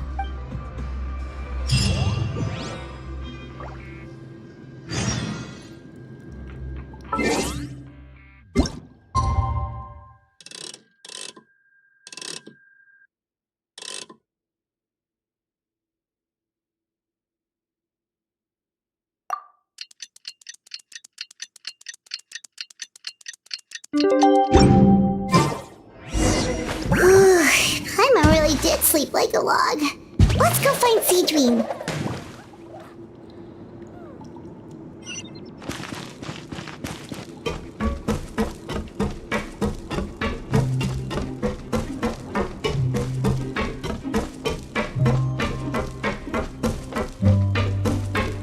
Let's ride!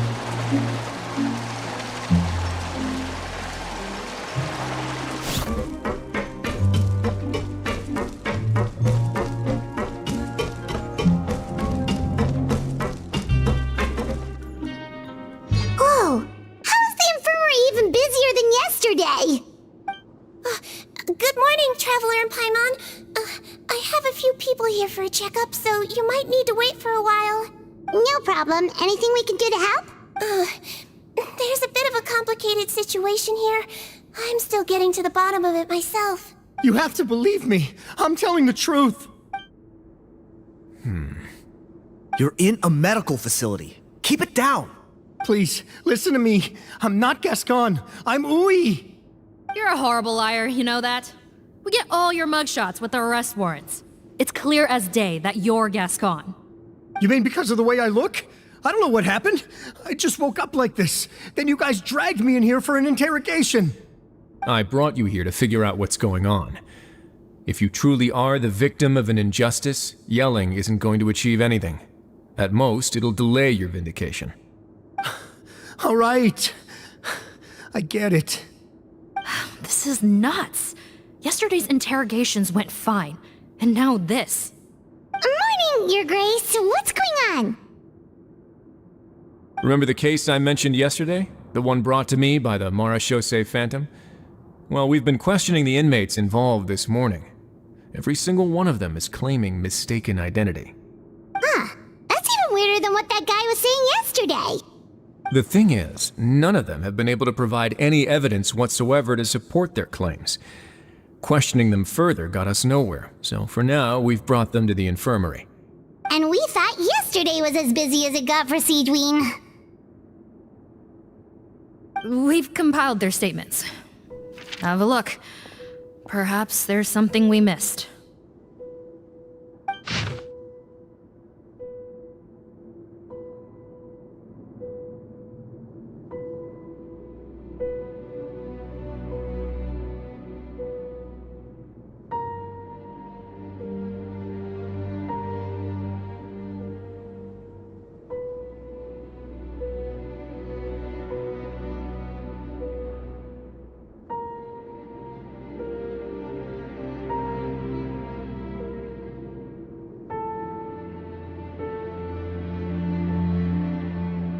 Wait.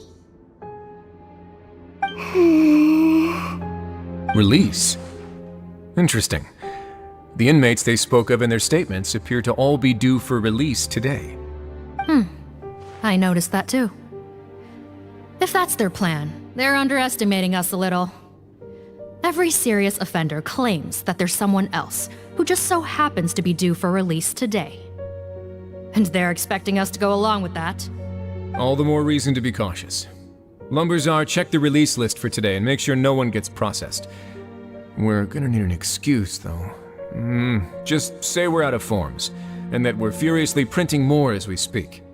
I'm on it. It's conceivable that our group of serious offenders somehow found a way to switch places with inmates who are about to be released, so they can walk out right under our noses. We did consider that possibility. But I mean, just look at them. They match the warrants, period. How could there have been a switch? Only if they're dead ringers for the inmates due for release, I suppose. I gave you that name list yesterday to assist in your investigation. Did that help? Yes, the inmates' mugshots were attached to the list. The first thing I did was check for lookalikes, and I didn't find any. The only other thing that stands out to me is that their voices sound a little different today. But it's not exactly hard to put on a fake voice. Oh, really? What does our head nurse make of all of this? Give me a moment. I think I have a way to confirm whether there's been a switch. I know, it's not time to change your dressing yet, but please bear with me. Huh? Isn't that the guy from yesterday? This should be Honore. He has very severe facial ulcers, which require an operation in the hospital at the Court of Fontaine. I authorized him to leave the fortress for medical treatment under guarded escort. Yes, like I told you. I'm not Potton. I'm Honore. So there has been a swap. Well, I can see what happened in Potton's case, but how do you explain the other inmates? You're not telling me their souls switched bodies, are you? No, I believe it was their faces that got switched. The method is a bit like replacing a tooth. Take the bad tooth out, put a false one in. And actually, I think I can prove it to you.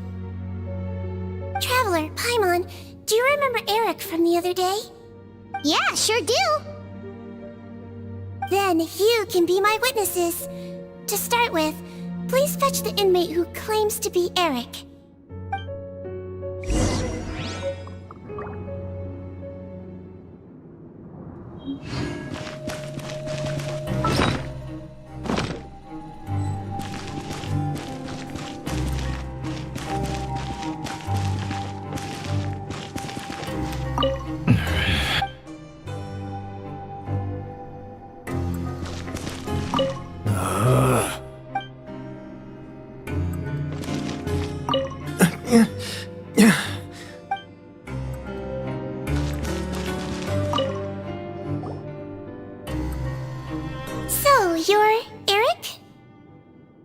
Yes, head nurse, it's me. You do believe me, right? I need to do another examination on you. Same All right, it's the cognition test first, right? So I need to concentrate. Now, try to recall if you can. The last time we did this test, which finger did I hold up? I believe it was your index finger. But that means... Huh? So basically, last night the Eric who said he saw another him suddenly recovered and applied to leave the observation ward. Seadwing did another test before letting him leave, but that time she held up her pinky finger. Huh? I don't know about any tests last night. There was nothing to do in the observation ward, so I went straight to bed. Then I somehow woke up in a high-security cell. Well, in that case, there is a reasonable explanation for the strange events of the past 2 days. So, what exactly happened? The gang of serious offenders wanted to break out of prison, so they identified a group of scapegoats, namely inmates whose terms were almost up, and planned to switch appearances with them. Last night, when Odilon was on duty, they ambushed him and had one of their group switch appearances with him using their face-swapping method. That allowed them to avoid scrutiny from the other guards. Then, once all the other inmates were asleep, Odilon spent his night shift carrying out the remainder of their switcheroo plan. However, they made one mistake. Henri changed his appearance to match Eric's earlier than he should have done, and ended up being spotted by the real Eric. Real Eric came to the guards for help, but we didn't know then what we know now. So we put it down to hallucination and sent him to the observation ward. However, since one of the gang members was posing as a guard, they simply changed real Eric's appearance and had their Eric take his place, muddying the waters even further. Right, because I put Eric on the observation list by then, and no inmates on that list can be processed for departure until I've discharged them. Hence why the imposters had to pull that little stunt to get fake Eric off the list. Yeah, it all makes sense now! The Duke cracked the case! Well, I can't fault the reasoning. But I'm afraid that we ruled out the possibility of face switching very early on in this process. Criminals altering their facial appearance to commit crimes is nothing new. In fact, one of the explicit duties of the Malazines in the Marechaussee Phantom is to identify criminals in disguise. We carefully examined all the suspects, and there is no evidence that any means of disguise were used in this case. Huh. Well then, how do we explain all this? So far, it seems more likely that the gang stole documentation belonging to the inmates due for release, and are using that to commit identity fraud. Actually, there is a potion that can completely change someone's appearance. If they use that, even a Melazine wouldn't be able to detect it. A shape-shifting potion?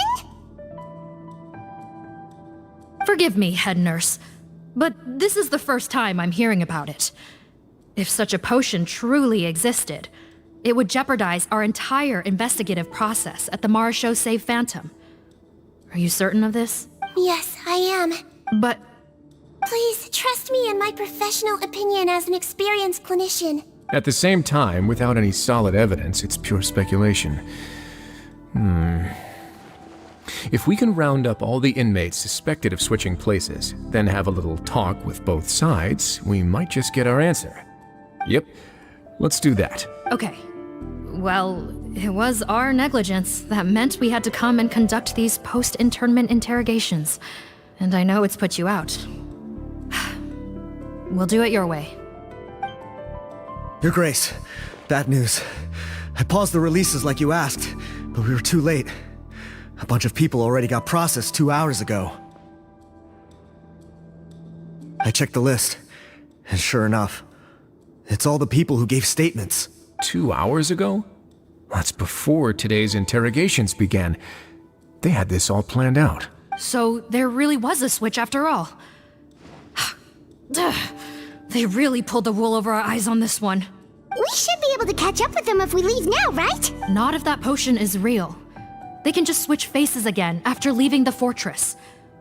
And if the Marechaussee's Melazines can't even spot them, we wouldn't know where to start searching. Yikes! So we're at a complete dead end!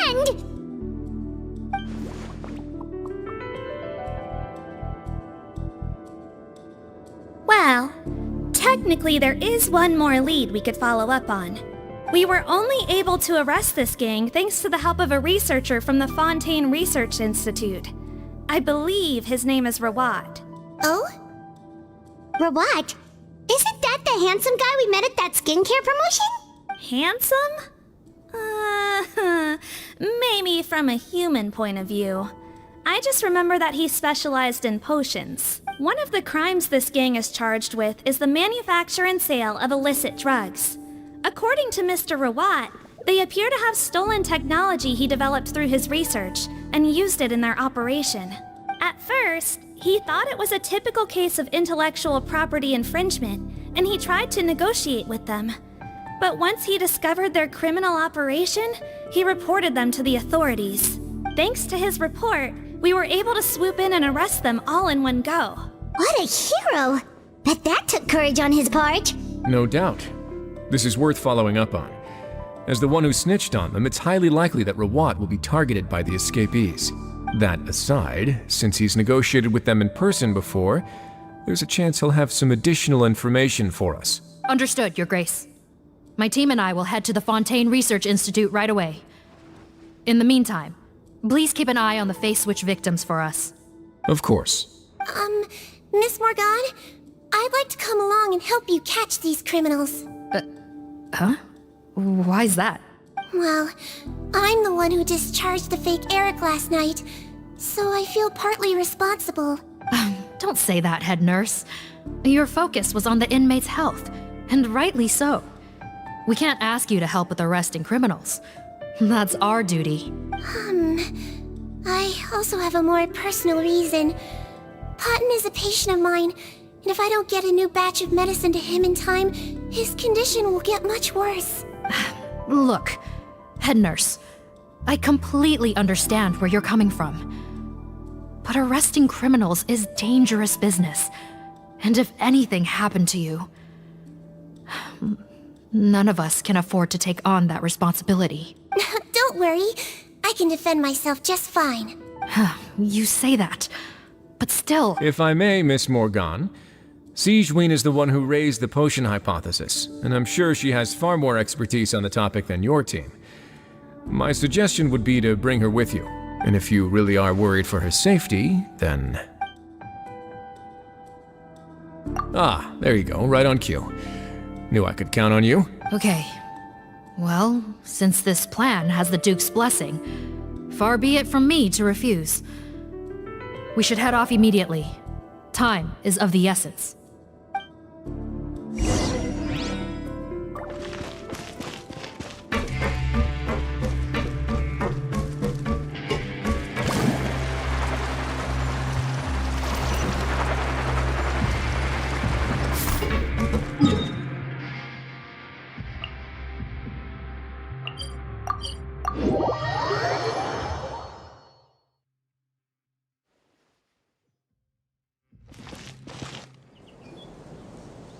Greetings. Sorry to impose, but I'm afraid we're here on urgent business, and we're gonna need you to cooperate. The Marsh is a phantom. Let me guess, you're investigating some more illegal research? Not this time, no. We're looking for a researcher. Do you know where we might find Mr. Rawat? Rawat. Oh yeah, Mr. Handsome, right? He actually doesn't work on site here very often. There's a handful of researchers in the nearby area who know him pretty well, though. You can see what they know. Just a handful? Paimon figured he'd be the most popular guy around. Well, I guess you could say he's popular, at least on a superficial level. He's blessed with good looks, so he tends to make a good first impression on people. But in all his time here at the Fontaine Research Institute, I don't think he's ever had a single deep conversation about his research with his peers. That's no way to make real friends around here.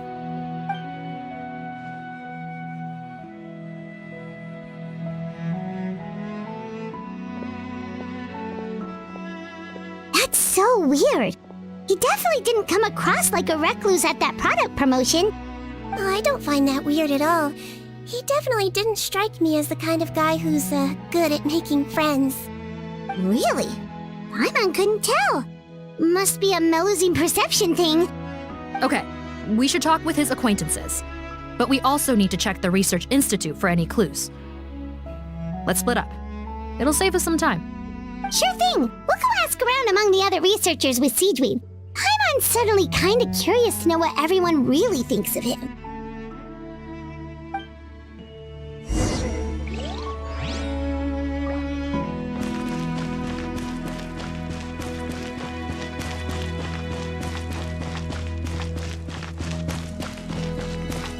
Carving waves!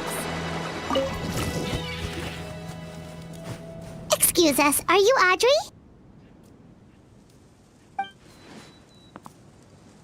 That's me.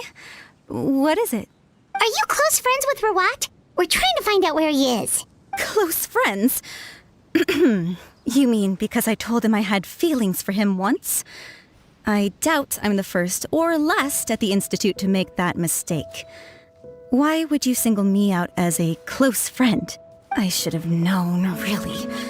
Men like him, they just enjoy being surrounded by fawning women.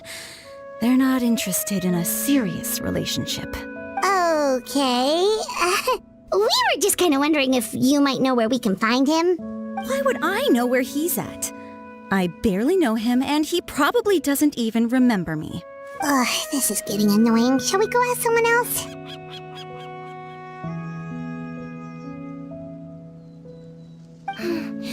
I think she knows Rawat better than she cares to admit. If we leave now, it might be a wasted opportunity. Maybe, but we're not going to get much out of her while she's in this state, are we? She's displaying symptoms common among people in love, if that's what you mean. But I know a cure. It's curable? Oh, we're still no closer to finding Mr. Rawat. Oh, by this point, he could be in grave danger. Danger? Wait, why are you looking for him again? Oh, that's right, yeah! The Marshose Phantom said that he's been targeted by some pretty bad people. We need to make sure he's safe. What? How has this happened? He seemed fine when I last saw him, and that was only a couple of days ago. Just happened to run into him, of course. Oh, I see. Well, do you have any thoughts on where he might be right now? Okay, but this is purely out of concern for his safety. If he's not at the Institute, he might be at his mother's place. I heard she raised him alone, that they had it pretty tough financially, and these days she's housebound due to illness. He makes regular trips back home to check on her. Oh, okay. Do you know the address? Nope, sorry. I only found out the thing about his mother because it came up in conversation once. I was just trying to find out more about him, so I could get to know him better.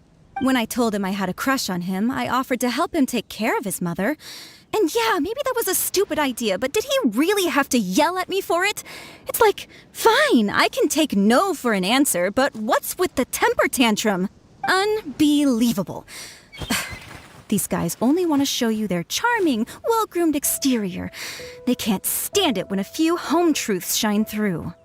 Looks like her love syndrome is flaring up again. We need to find out Mr. Rawat's mother's address. Let's check with the Marshose officers when we regroup. Cool, sounds like a plan.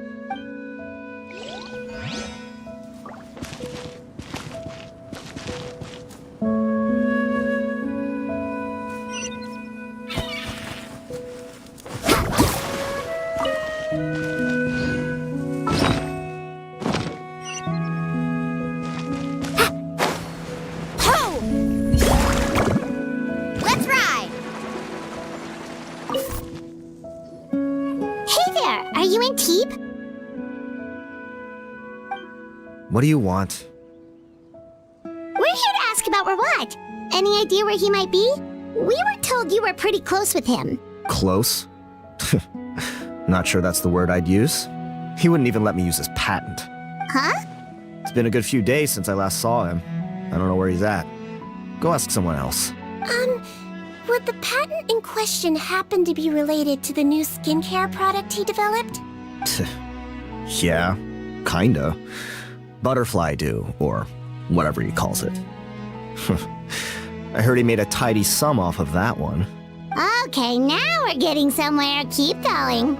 Most of the other researchers here focus on mechanics, energy, stuff like that. I get why he wouldn't be interested in having anything to do with them. But I'm studying coatings. There's a huge overlap in our areas of research. Why would he refuse to work with me? I bought his product once and noticed it contains a unique substance that might have applications in coatings too. If it worked out, I could probably make as much as he's making. Don't get me wrong, I had no intention of plagiarizing his work. I was hoping to get official permission to use his findings in my own research. Followed the proper procedure. It was all above board. I would have had to pay him a license fee and everything. But despite that, he turned me down not once, not twice, but 3 times. It's like he's vehemently opposed to the idea of anyone else making the kind of money he does. Huh, so is Rawat antisocial, or is this guy just jealous? Well, it doesn't look like we're gonna get any info about Rawat's whereabouts from him. Let's go! Wait, 1 second. Mr. Antib, next time you go shopping, you should buy some Buell fruits. Peel the skin, steep in water, then drink. It'll help calm your mood. Huh? Yeah. Thanks.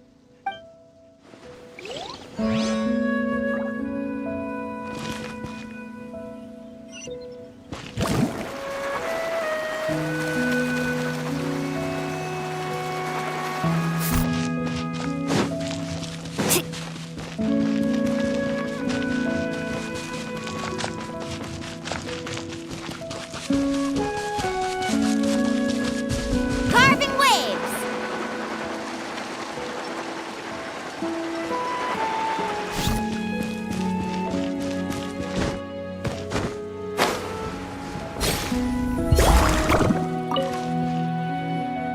Sorry to bother you, sir, but are you Bertram? Who's asking?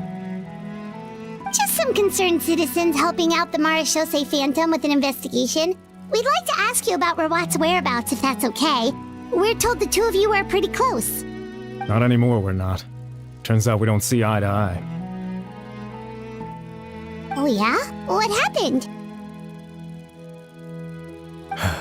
The thing about us researchers is, most of us do what we do for some sort of higher purpose.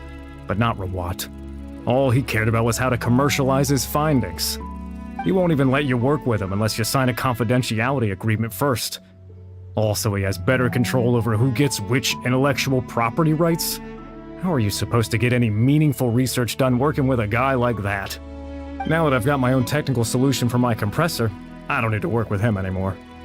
So that's what Rawat is really like. We'd still like to know where to find him. Is that something you can help us with? Wait, Yeah, I know you. You're the head nurse at the Fortress of Meripede. Alright, then I'm happy to help you if I can. I respect the work you do. Medicine serves the highest purpose of all the sciences. Wow, turns out Sejuin's got some real clout. Thing is, I have no real way of knowing where he might be. I stopped working with him 2 months ago, and I've barely seen him since. But if you want my advice, I'd say go talk to the peddlers. There's a few he meets with every other day or so. Maybe they know where he's at. Peddlers? Yeah, back when I was working with him, I noticed he met with them quite often. Wouldn't surprise me if they were involved in some shady business together, because it seemed like they went out of their way to avoid discussing anything in my presence. The little I overheard was about manufacturing and selling pharmaceutical drugs. Like I said, he's all about the money. Drugs?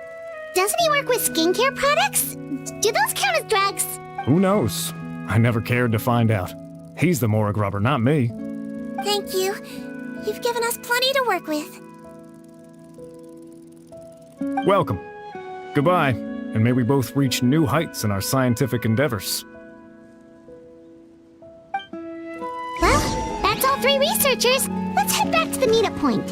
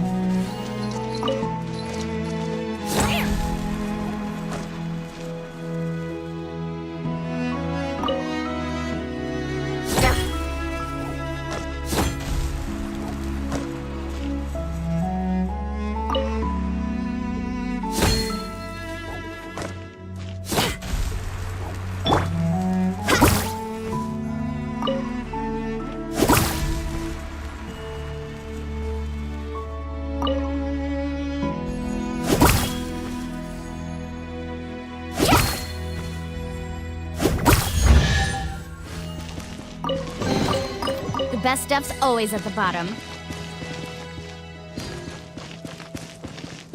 Faster!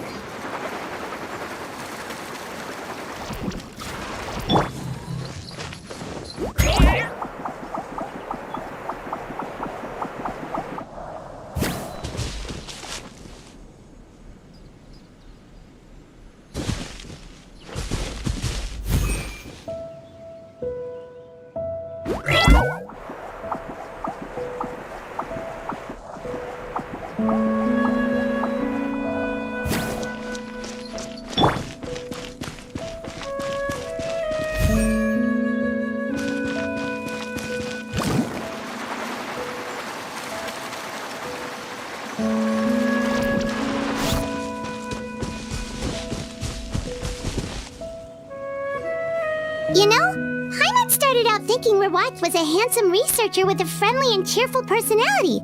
It's such a surprise to learn that his peers have a different impression of him. So, what's your view of him now, Paimon? A handsome researcher whose difficult upbringing turned him into a profit chaser with a chip on his shoulder? So your thoughts about his appearance haven't changed at all? Well, his looks are kind of a big deal. At least in Paimon's opinion.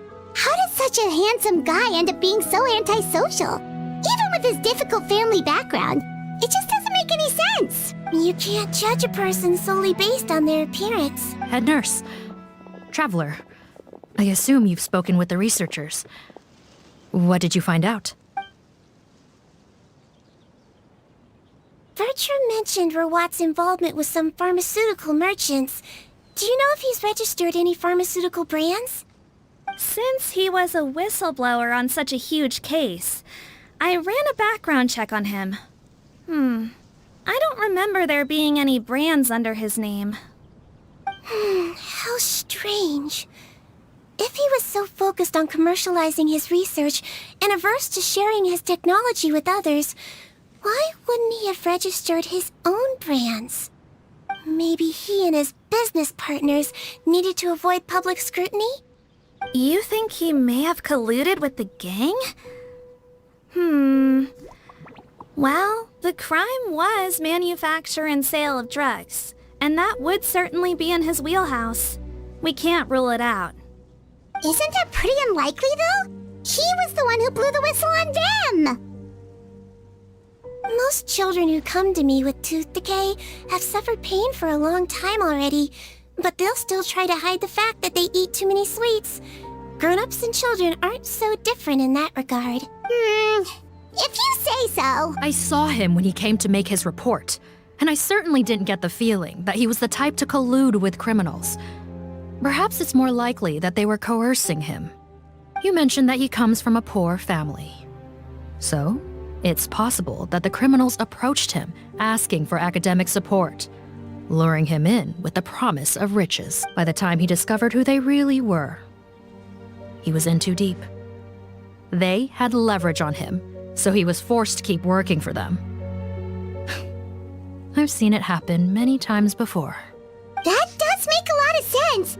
It would definitely explain why he was so unwilling to cooperate with his fellow researchers. No wonder he's so unsociable. He must be on edge all the time with a gang of crooks breathing down his neck. In that case, the situation could be worse than we thought. If Rawat was working with the escaped inmates, they're sure to know more about his whereabouts than us. Oh, there's a good chance they'll get to him before we do. Based on the information we've gathered so far, he was last seen 2 days ago.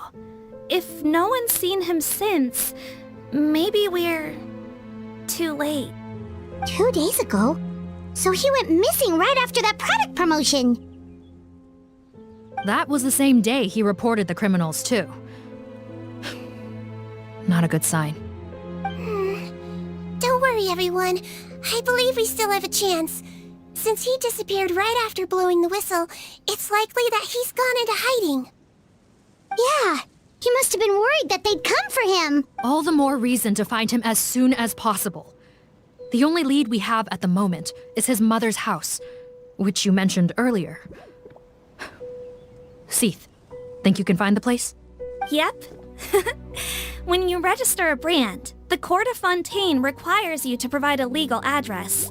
The one Rawat wrote down was in the outskirts of the city. That should be the place. Okay, then there's no time to lose. Let's move.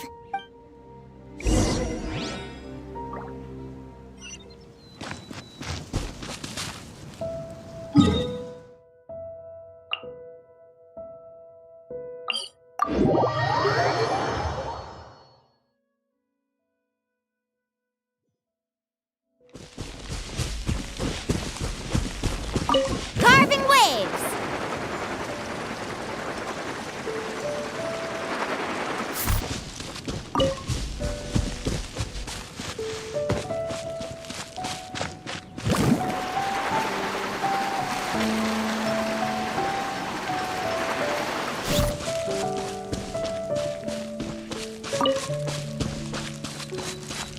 Faster!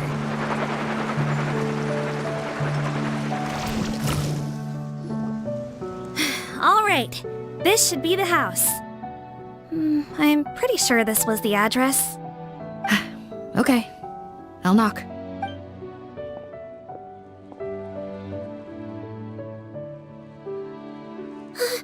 Sounds like whoever's inside has restricted mobility. Oh, it seems serious.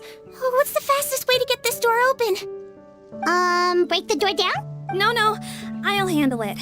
Let the expert deal with it. There'll be a mountain of paperwork if we damage a citizen's property.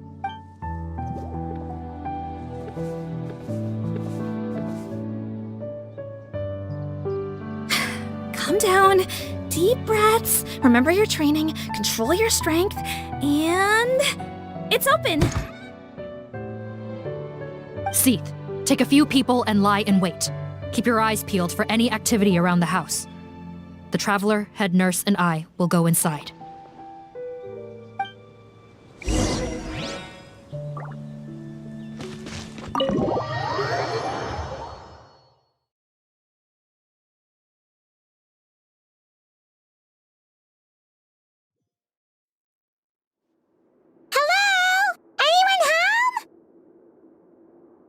Oh, there. On the bed, there's an old lady. That's gotta be Rawat's mother, right? She doesn't look like she's in any state to be answering our questions, though. We could try, but she is very ill. We mustn't force it. Well, doesn't look like Rawat's here. She's the only one we can talk to. Yep. Allow me. Hello, ma'am. Might I ask if you're Rawat's mother? We are trying to locate him.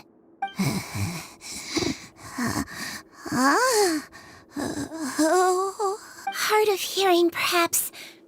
Does anyone have a picture of Rawat? I have one here. I'd like to show you a photo, ma'am. Is this your son? Do you know where he is? Looks like this isn't gonna work after all. Well, looks like we're out of leads. If Rawat's not here, things are looking very bad for him. Is it possible he could have avoided returning here because he knew he'd be in danger? Maybe. But if so, where do we look next? Maybe we should take another look at the Institute. Guess so. I suggest we all return there now. We found a good amount of useful information the first time, but perhaps there's something we missed. This is our last hope. Sorry, officer, but could I stay here for a while? This patient requires some care. Of course. Traveler, stay with the head nurse. You're technically here as her assistant after all. Also, I'd like some Marechaussee members to stay as well, and keep an eye on the area. Why's that? If Rawat knows how serious his mother's condition is, he will return. Got it. Okay. I'll tell the squad members in hiding to stay put and keep a lookout. Thanks for helping me out yet again, Traveler and Paimon. No problem. But when you say her condition is serious, do you mean... Yes. She's barely clinging on to life. Oh. Let me take care of a few things first. Could you pass me the towel over there? Yeah, of course.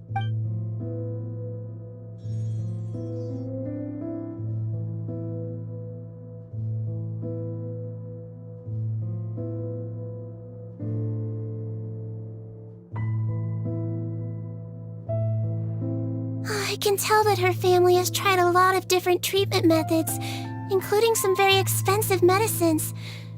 Unfortunately, her condition is so multifaceted that a recovery looks all but impossible. Seedwing. My mom bets being a nurse must be pretty tough at times like this. Yes, it makes me a little sad. In Melizine's eyes, a human's birth, aging, sickness, and death are as much a part of natural law as sunrise and sunset. But human medicine can defy that law to some extent. In that sense, it is a science of miracles. That is why I became fascinated with it in the first place. But it was only after I truly became a doctor that I realized miracles don't always happen. Even the greatest doctors cannot cure all diseases. Seedwing. Well, don't worry about me, Paimon. A doctor's duty is not to cure all diseases, but to treat whatever ailments they can. At the very least, I can lower her fever. That way she'll suffer less, and she might even be able to see her son. Yeah. All the more reason to find Rawat as soon as possible, even if we don't catch those crooks. Oh, her fever is getting worse. Could I get some hot water? Sure, we're on the case.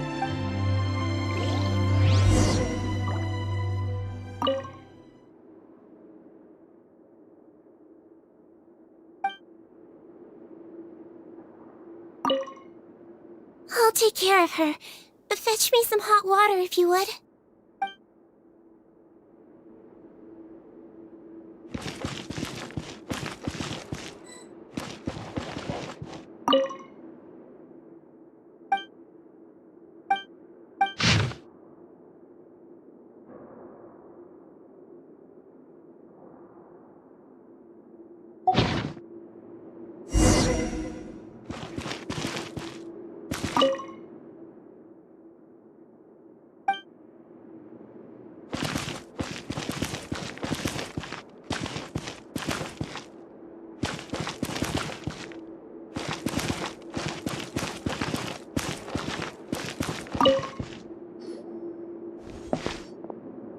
Found the hot water?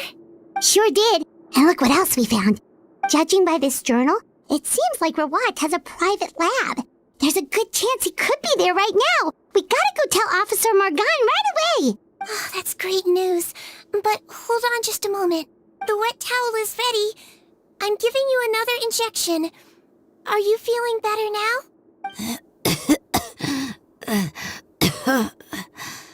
It's all right. We'll go bring him back. Please hang in there. Thank you.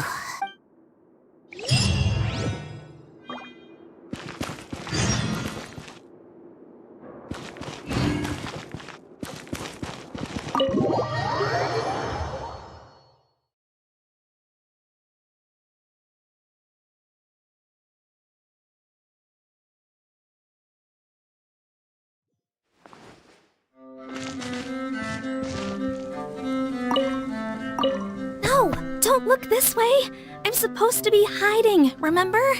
Captain's orders.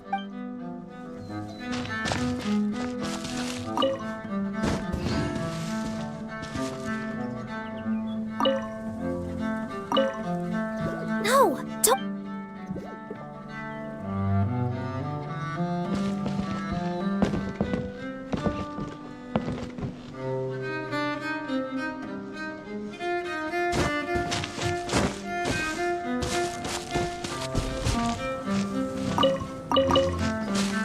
Need a surfboard?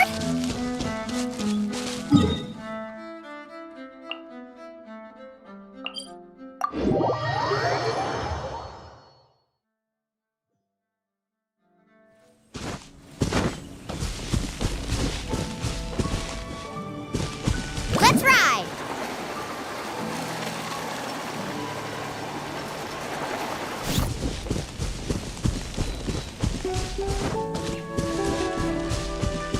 Faster!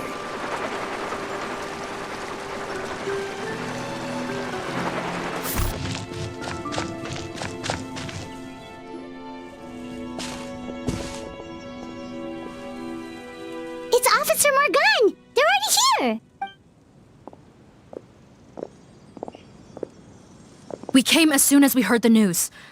I can't believe we were so careless. The most crucial information of all was hiding right there, in that room. And we missed it. Don't blame yourself. Right now, we need to focus on finding a way in. There's a mechanical door over here. Hopefully the instructions in Rawat's journal will help us open it.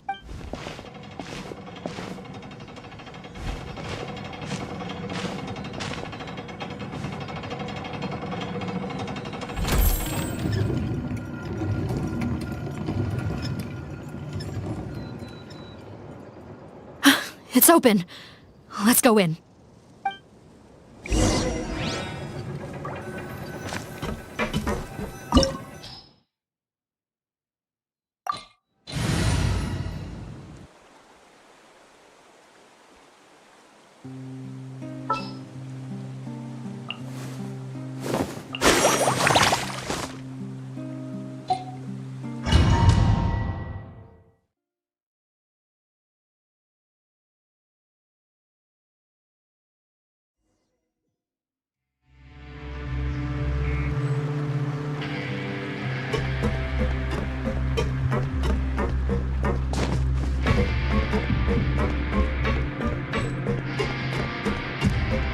How did they get in here?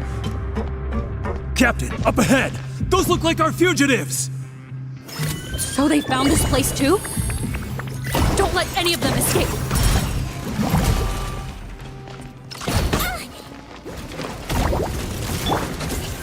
Fury!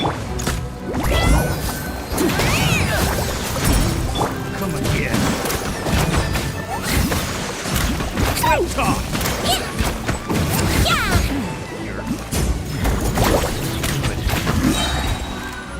I swear, it's for medical research.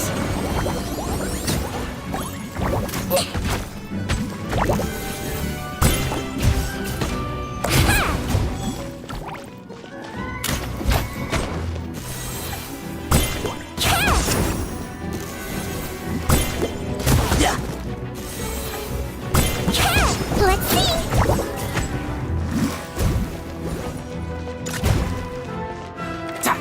Don't slip and fall.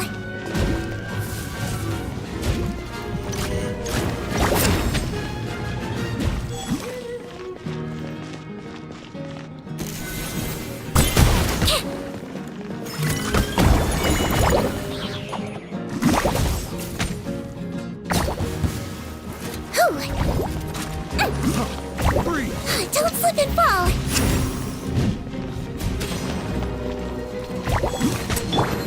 Hold the line. Carving waves. Fire hazard. Don't be nervous. Just relax. Wibbly wobbly.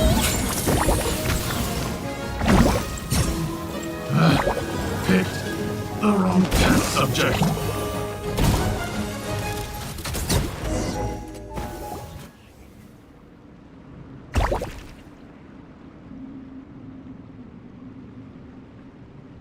Captain, according to our list, many of the fugitives aren't accounted for. There may be others hiding deeper inside the facility. So these guys were just the lookout crew. The Mara Shosei Phantom! How did they find this place? Wait, it's that guard from the fortress. That's right, I'm on your side. The Duke sent me. What's the matter? Some sort of mix-up? Mr. Odilon, didn't I tell you a few days ago that you need to stop all field work until you've recovered? Well, you know, gotta help His Grace out. Share the load. Officer Morgan, this man is an imposter. The real Mr. Odilon has no recent health issues. What? But Looks like the head nurse was right about the face-swapping method. Arrest them all! DuPont, stay here and keep guard. And watch the exit. If we're not back soon, call for reinforcements.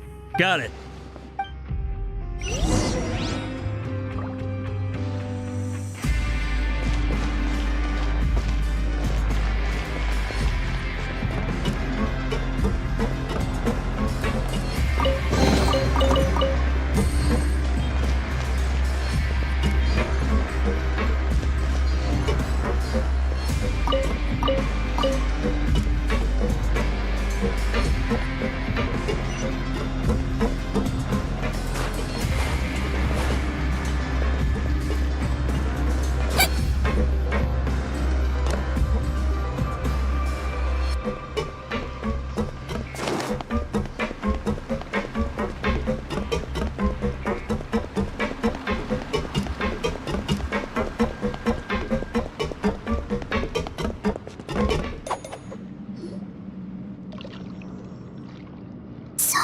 jars. Was this some sort of production facility? This scent, it's probably the ingredients used to make butterfly dew.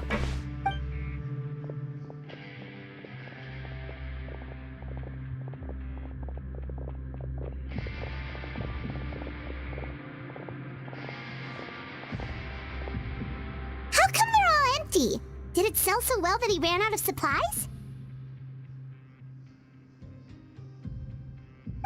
How strange. Why would Rawat choose to manufacture a popular product like that in such a difficult-to-reach location? Given our suspicion that he may have been coerced into the illegal drug trade, I would have thought that any production facility we find here would be used for illicit purposes. Perhaps butterfly dew is itself an illegal drug. Do you have any evidence for that claim? No, just a guess. We need to find Rawat as soon as possible. He has all the answers we need. Understood. Well, let's not linger here. Let's go. Come on.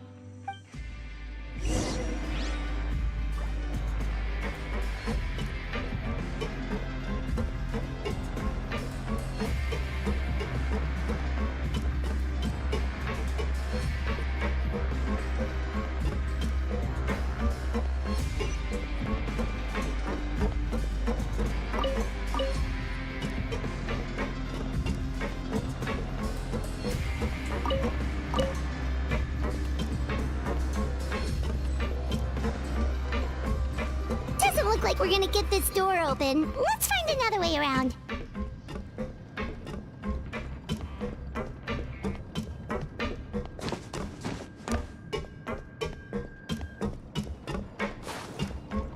This one's closed too. What's with those carts and tracks? Oh, maybe it's one of those doors that opens when it senses cargo passing through. There's a loaded cart right over there. Let's bring it to the door and give it a try.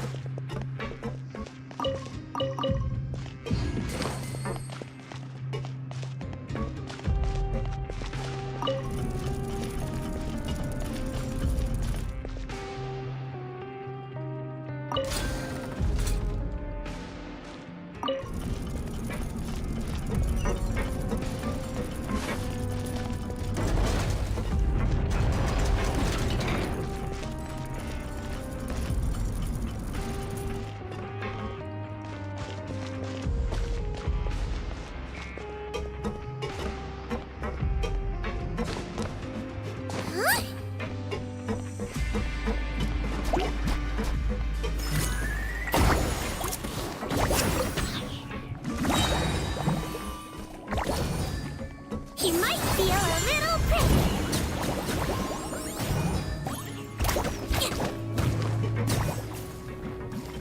Don't slip and fall.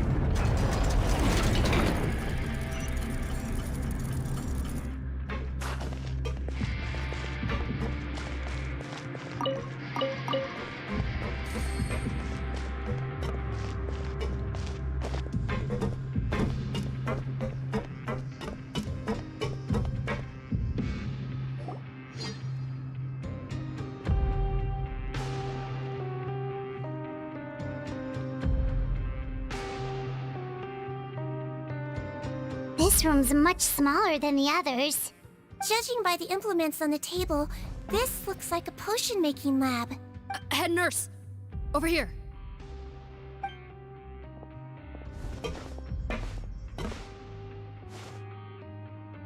Let's see. Huh? Robot's clothes? Why would he change here? Perhaps they stripped him down, left the clothes behind, and disposed of him somewhere else? Yikes, Deedween, where did that come from? Oh, what a tragic way to go. Especially with such a bright future ahead of him.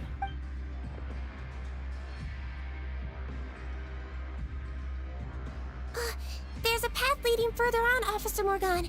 Let's keep up the pace.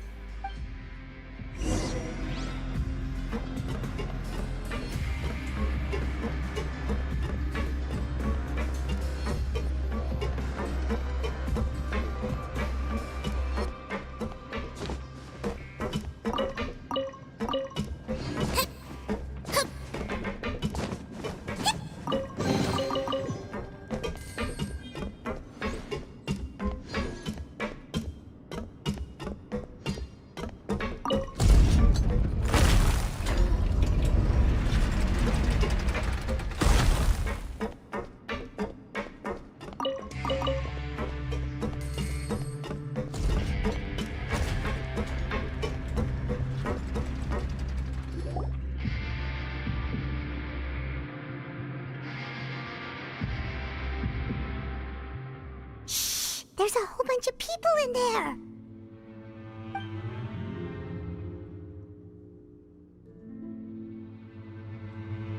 Are you serious?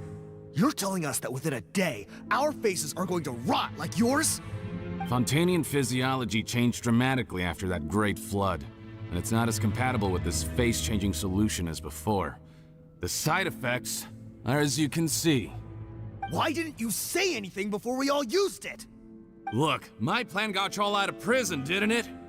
You'd have much bigger problems to worry about right now if the Marshal Say Phantom found out about your other crimes. Consider an ugly mug getting off lightly. Ugh.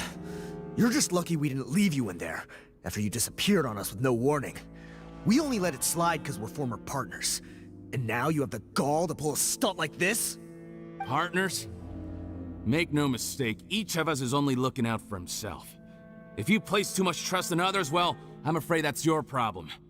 You hid things from me too. Remember how you each had a spare potion? You kept quiet about it until we planned the prison break? Oh, and you didn't have a secret spare? Then do you want to explain how you melted your face off before all this? Guys, that's enough. Calm down. It is what it is. Arguing won't change anything. What's the plan, Parton? I'm assuming you brought us here for a reason? There is no plan. We followed him here on the promise of more juice, but it turns out there ain't a drop here. Besides, what does it matter now anyway? He already said, even if we did get our hands on more of that stuff, switching faces again solves nothing. They're still gonna melt off eventually. I said enough arguing! Parton, tell us the plan. The most practical solution is to continue using the potion. Keep switching to a new face before the ulcers can start forming. Are you kidding me? This stuff was hard enough to get a hold of even when we had a supply. Now you're asking us to use it like skin lotion, after the flood all but wiped the supply out? Well, there is another option. But you'll have to make a deal with me first. Okay, now we're talking. What's the deal? I have a document I took from that researcher that details how to make a replacement. Just give me one bottle of the undiluted fluid, and I'll get to work. What's the problem? I thought you always kept reserves. Or do you really just have one spare bottle each? What do you think? That we were shipping them into the fortress of Meripede by the basket load? Well then, say hello to never showing your marred faces in public again. Ugh, I've heard enough! Get him! Let's see if that document even exists! Freeze! Marshal Say Phantom! What? Who let them in? Officer Morgan, before anything else, please find out Rawat's status. What? I don't see him. Hand over the hostage now, if you want any chance of avoiding an extension to your sentences. Spare us your condescending attempts to coax us back to our cells. You think we're looking to negotiate? Rawat is dead. Pardon? Arrest them all! Don't let anyone get away!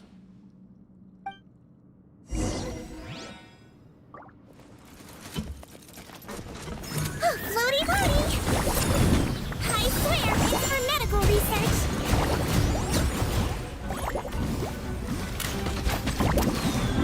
Don't slip and fall!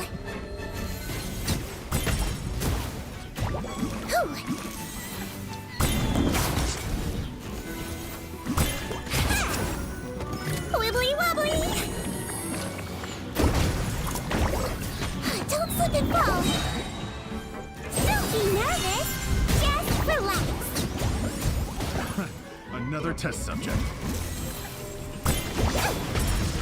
Don't slip and fall!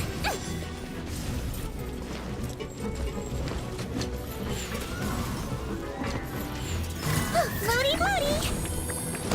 Don't slip and fall!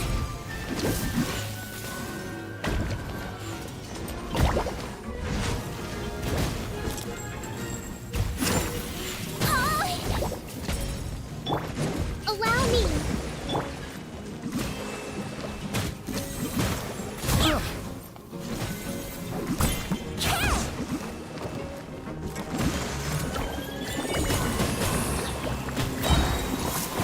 You might feel a little prick. Pick the wrong test subject.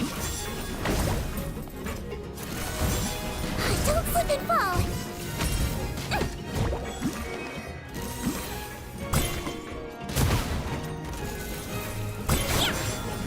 Don't slip and fall.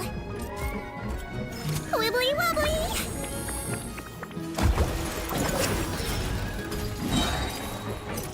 Don't be nervous. Just relax.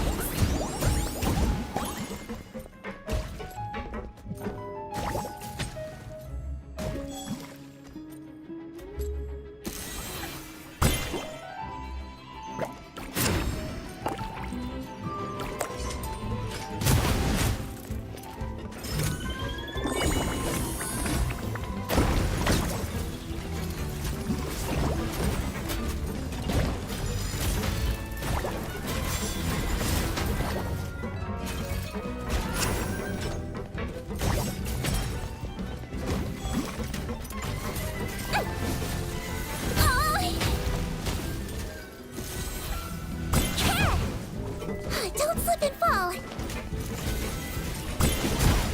Now I'm mad! Don't slip and fall!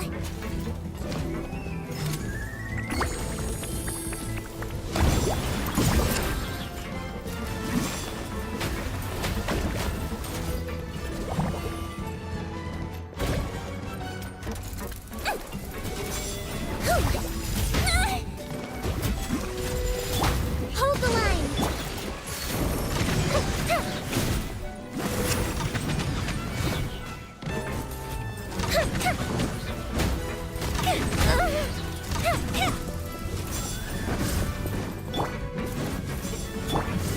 You might feel a little prick. Floaty floaty!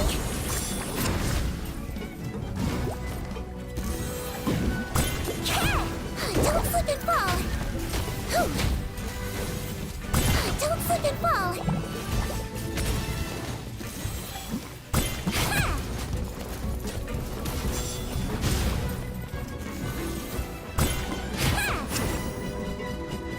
Wibbly wobbly!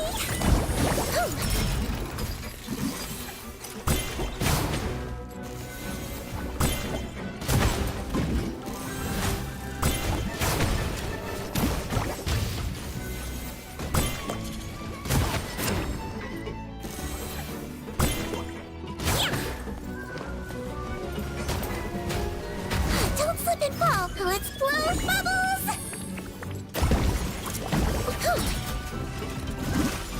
That wasn't very nice!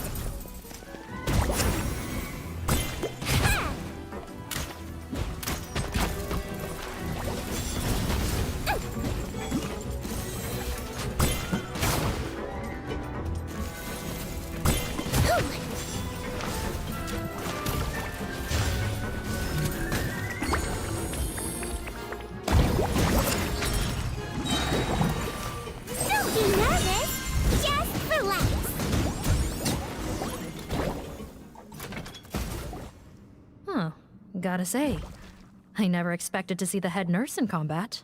Some patients respond better to a more aggressive treatment plan. Did we get everyone? Captain, we finished the head count. Potten's missing. Over there! The door's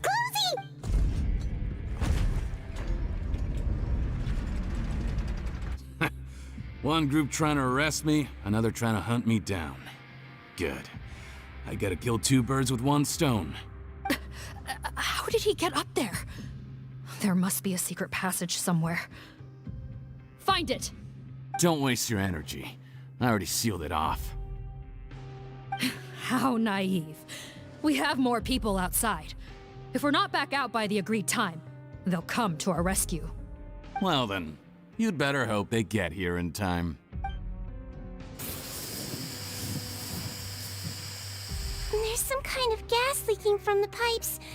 Be careful, it's poisonous. This is our distribution center, where we store the product derived from our source solution. We had to use special fire prevention methods to prevent contamination. The pipe network here was designed to emit a gas for firefighting. One little modification later, and it makes an efficient death trap. Why would you do this? Your partners are here too. Oh, please. If they can't supply what I need, they're of no further use to me. Besides, I can't have them exposing my potential whereabouts. He's a maniac! Come on, we gotta find a way to open that door! Go ahead, struggle in vain. Once the last of you croaks, no one will ever find me again. So long! Are you sure you're ready to leave, Potten? You haven't changed your dressing today. You can't cure my face, just give up. And what if I could? Nice try. You're just trying to stall me. Don't you worry about me. I'll find a way to cure my face once I get out of here. Oh, I doubt it. After all, Fontanians can no longer dissolve in primordial seawater. What the... How did you... The key component of the face-changing potion is the fluid left behind by dissolved Fontanians. It might look like ordinary water, but it has some unique elements in it. Before the flood, all Fontanians were oceanids, physiologically speaking. A potion made from that fluid could dissolve and reconstruct the face of a Fontanian in much the same way as hydroculous change form. Theoretically, it could give someone any appearance they wished. But since the flood, Fontanians have become true humans. They can no longer provide the source material for this potion, nor reap its benefits. Are you saying this potion is made from Fontanians dissolved with primordial seawater? Then their crimes are far worse than I thought. How could you know all of this? No, wait. Of course! Well, well. So that's why you have a human appearance. It also means that I have a formula you're unaware of. The air's getting thicker. It's getting hard to breathe.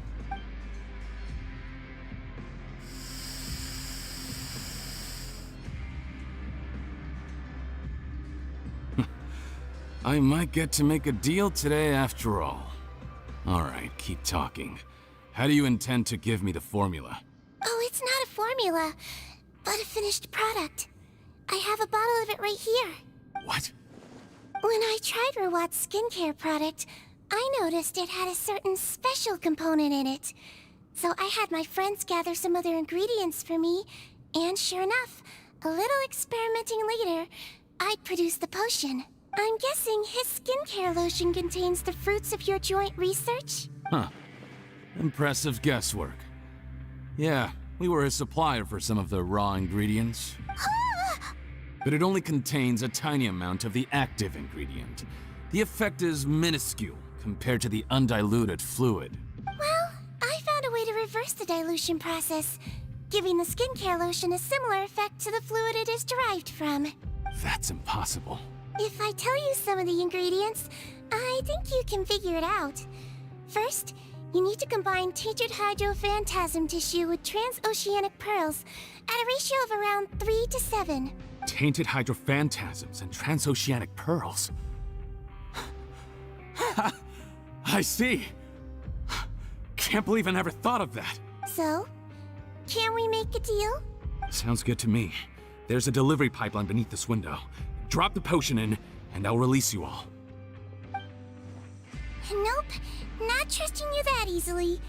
You're like those naughty kids who try to hide their illness. Open the sluice gate first, then I'll hand you the potion. Even if you're not bluffing, your potion won't cure my face permanently.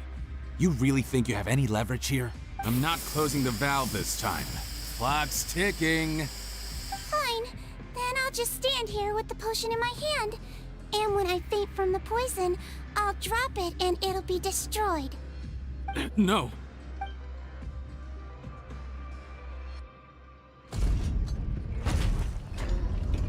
It's open! Disable that sluice gate!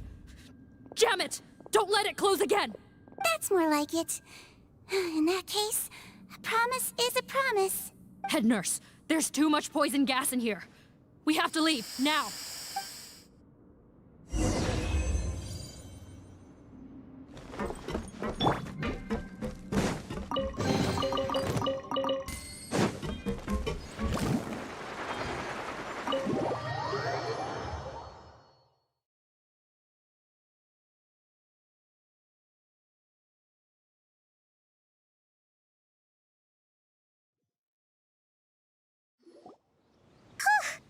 That was too close. That Potton is a real nasty piece of work. Oh, don't be too quick to sit down. Moving around a little will help relieve the soreness. Same goes for you, Traveler. Oh, but Paimon, you should be fine, right? Flying fast is pretty tiring too, actually. Anyway, that's not important right now. Paimon's still shocked to learn that there's a whole criminal operation going on behind that skincare lotion. Shame I ended up giving the improved version to Potton after finally making it for you. I'll make you some more, I promise. No, please don't. Paimon doesn't want to use that stuff anymore. Still, it was a pretty good job that Paimon wanted to buy some in the first place, huh? It ended up saving everyone's lives. That's gotta count for something. Yeah, Paimon was just kidding. Head nurse, I've done a final head count of our team and the criminals. Everyone's here and doing fine. We're ready to escort the fugitives back to the fortress of Meripede. It's a shame that we didn't find Rawat. At this point, I'm afraid he's probably deceased. What a horrible bunch. Especially that Potton guy. If he hadn't made good on that deal, we'd all be dead because of him. No, we wouldn't.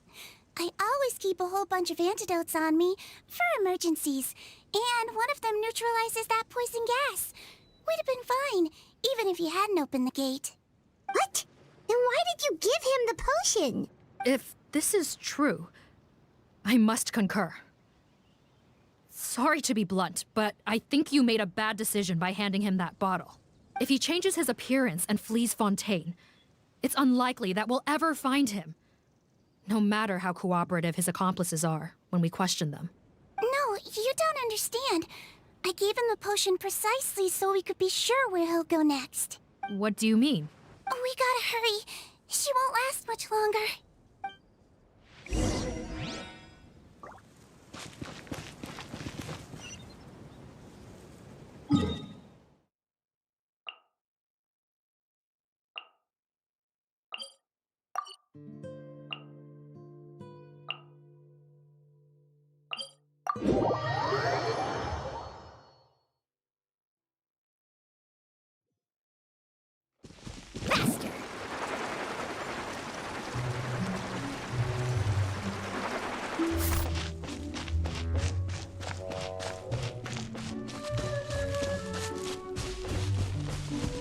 Let's ride!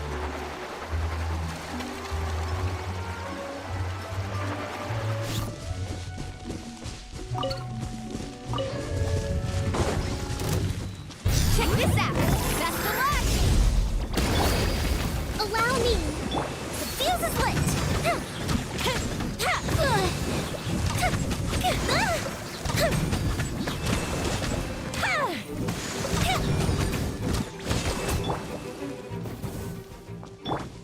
Carving waves.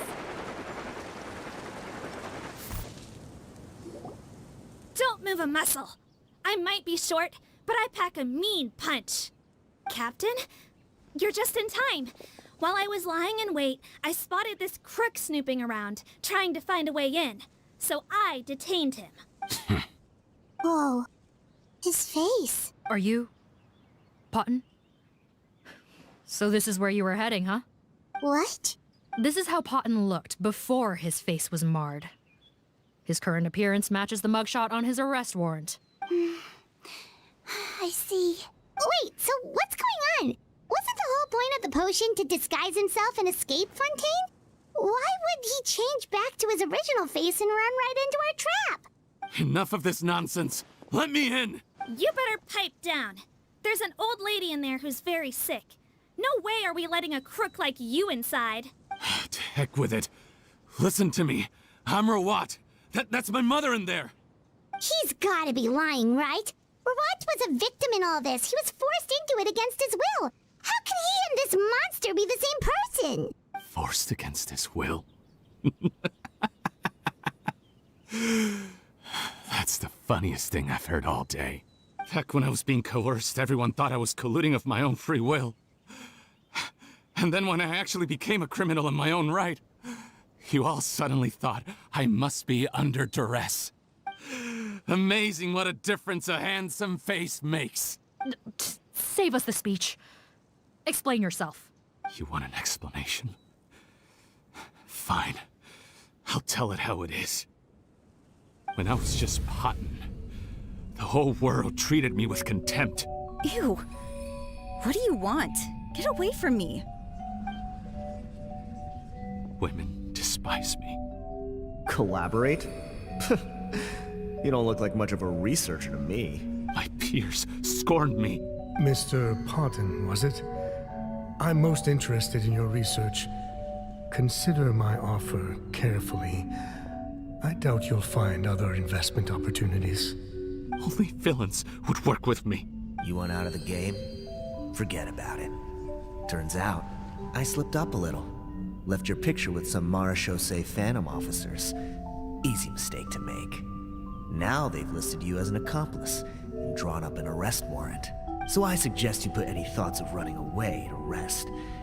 If you get caught by the guards for being in the synth business, you ain't ever seeing the light of day again. There was no way out for me until I could stop being Potton. Mr. Rawat, I have something I'd like to tell you. I became popular with women. This new potion you developed is fascinating. Genius, in fact. Would you consider working with me? I'd be happy to sign a licensing agreement. My peers looked up to me. I'm very interested in your research, sir. You must no doubt have offers from countless investors. So far be it from me to ask for a full collaboration, per se. I merely wanted to express my interest. No pressure at all, naturally. And the villains even began to fear me. Becoming Rawat showed me what a superficial world we live in. But I did not hold a grudge. After all, this superficiality could be made to work in my favor. Or so I thought. But alas, the world seemed bent on finding a reason to make me despise it. Mother, I'm back. How are you doing? Who are you? I bought the best medicine Mora could buy, but nothing would cure her illness. In the end, I hoped she'd at least be able to see her son one last time before she passed, but when everyone else rejected me, the only person who cared about me was my mother. Then, when I became a rising star in the Fontaine Research Institute, I was unrecognizable to her. I have to let her see me again. Even if it means donning my own wretched, ugly face. Well, is that enough explaining for you? Now do you understand? Let me inside already! Have you ever considered if you'll even be able to look your mother in the eyes? After what you've done, you found a way to completely change your identity. You could easily have escaped from them. But no, you chose to keep working with them. Why would I want to give up on such a lucrative business? The profits were dozens of times that of the synth business, and it was all above board. So you kept being a villain just for the money? Villain? By what standard? Is doing evil deeds really what makes someone a villain in your eyes? Or does it all come down to the way they look? None of you saw a villain when I was wearing my other face, did you? You have no right to judge me! You're all just fake people living in a hypocritical world! I regret nothing! My mother would understand! You're a villain to the core, but especially that tongue. Honestly, I don't see a villain when I look at your current face either. Don't humor me. You don't seem surprised by my confession in the least. How long have you known the truth? I didn't know anything for sure until you chose to take that potion bottle and spare our lives. But if you're asking when I started suspecting you, it was the first time you came to see me at the infirmary. I had to confirm my suspicions.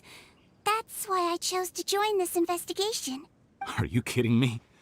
A young, promising researcher and a wretched criminal? What on earth gave you the idea that they could be one and the same person? Well, there were no visual clues. This potion's face-changing effects are very powerful. Even as a Melazine, I couldn't see through the disguise. But I believe I understand humanity a little better than most of my kind. Humans have certain fundamental qualities that do not change with their appearance. Fundamental qualities, huh? So you think you're the one who's seen through me, do you? Most people probably don't know this, but I think I can guess what your deal is. Melazine constitutions are very close to that of water, so it stands to reason that the potion should work on them too. You use it yourself, didn't you? That's why you have a human appearance. Cedrine? Yes, you're right. I'll bet it was back in the days when Melazines were discriminated against because of their appearance. It was either carry on living in the gutters as part of an alien race cast out by humanity, or become the head nurse of the fortress of Meripede, revered by all. Not a hard choice to make. It's a no-brainer. So you see, you and I were the same. And I'm the one who saw through you! That's not important right now. You came here to see your mother, didn't you? Well, I can grant you your wish. Huh? Head nurse, I'm not sure that's a good idea in his current state. Don't worry. Back in the warehouse when I traded the potion for our lives, I was doing it to test him. He was willing to risk sacrificing his only chance of escaping capture by opening the gate in exchange for the potion. Also, he could see his mother again. If nothing else, his concern for his mother is genuine. I see. So before you arrest him, please allow him to see his mother one last time. The Traveler and I will accompany him. You have nothing to worry about. All right. I understand.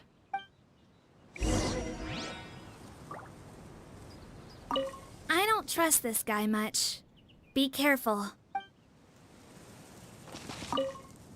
I don't trust the... I don't trust... Join the head nurse inside. If he tries anything at all, shout.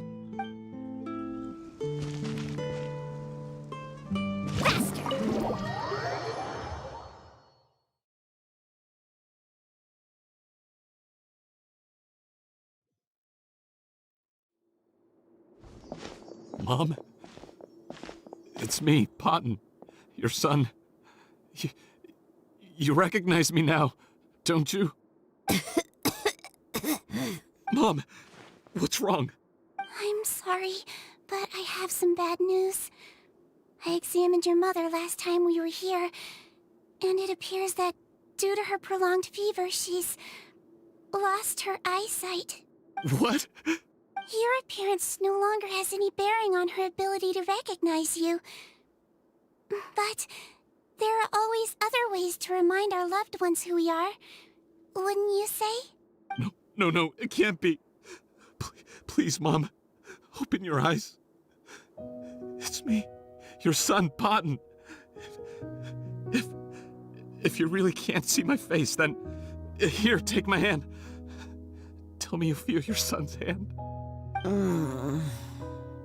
I've done so much to get to this point. Please, you have to recognize me. No. The temperature of his palm must have changed. I'm sorry. It seems I couldn't bring him back to you after all.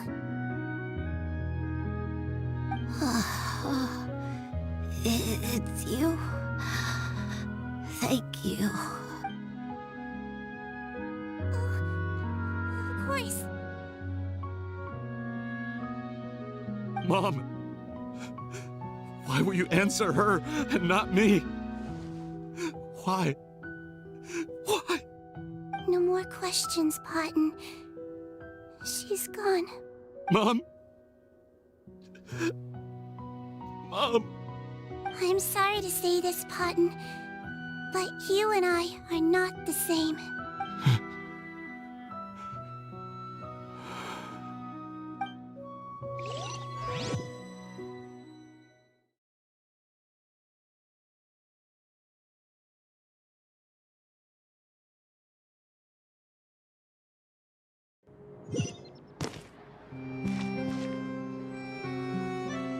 Let's ride!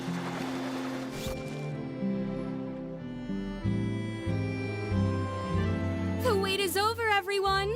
The sale of our new skincare product, Romaritime Essence, will now begin. Another skincare promotion! And it's selling as fast as last time. Wonder what people would think if they knew what was in the last batch. Oh, Seedween's here too! Hey, Seedween! Oh, Traveler Paimon, hello! Oh, I hope you two got a good rest yesterday after all your hard work. Of course! Nurse's orders, right? Anyway, are you here to take notes for your next article? Actually, I'm mostly here to help Officer Morgan wrap up yesterday's case. Ah, that reminds Paimon. That stuff sold like crazy, didn't it? Is it gonna cause huge problems? Nope, there's nothing to worry about. Unless modified, Butterfly Dew is an excellent skincare product that's completely safe to use. Besides, officers have already retrieved all Butterfly Dew purchased on the market.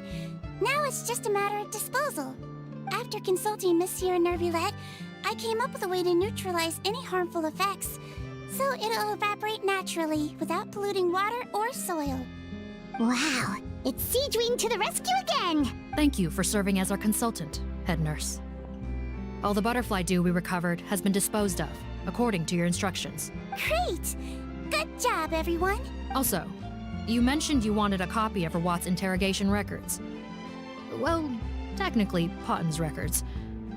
Anyway, I have them with me. Here.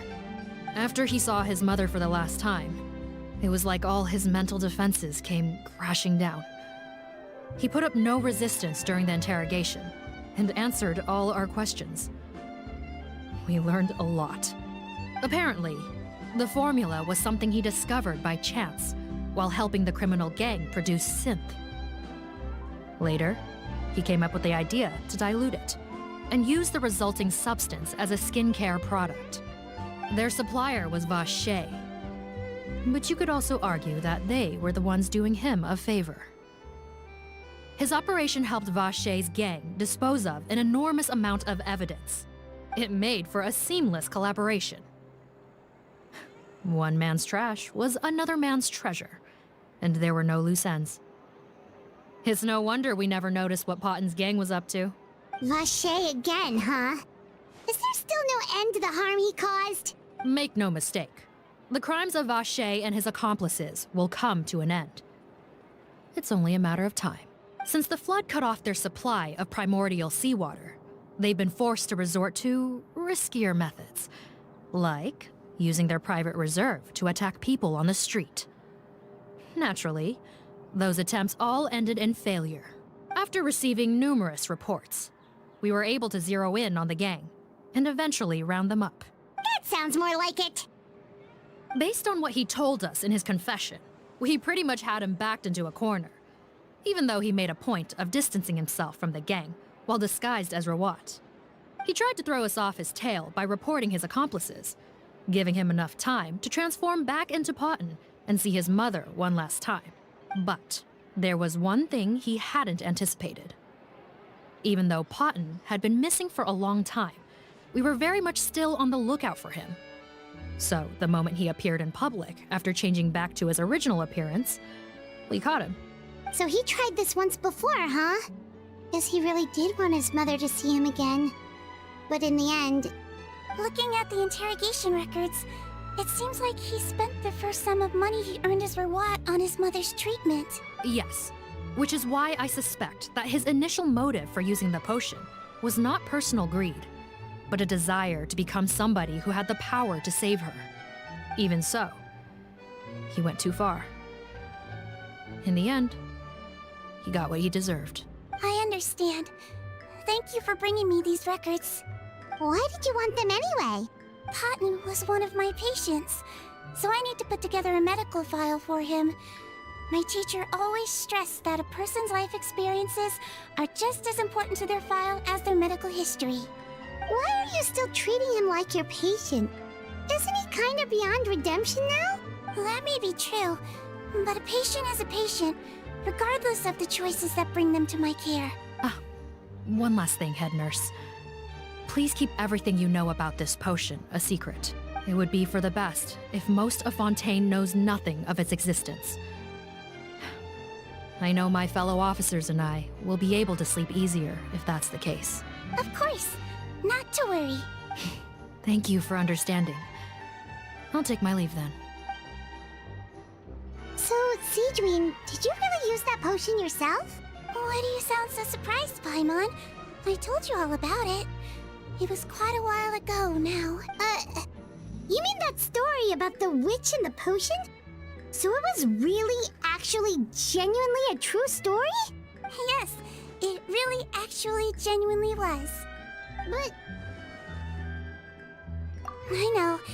There are some secrets I can't tell anyone about. But considering everything we've been through together, I know I can trust you with them. Before I tell you, though, could you follow me somewhere? I want to pay my respects to an old friend. Of course!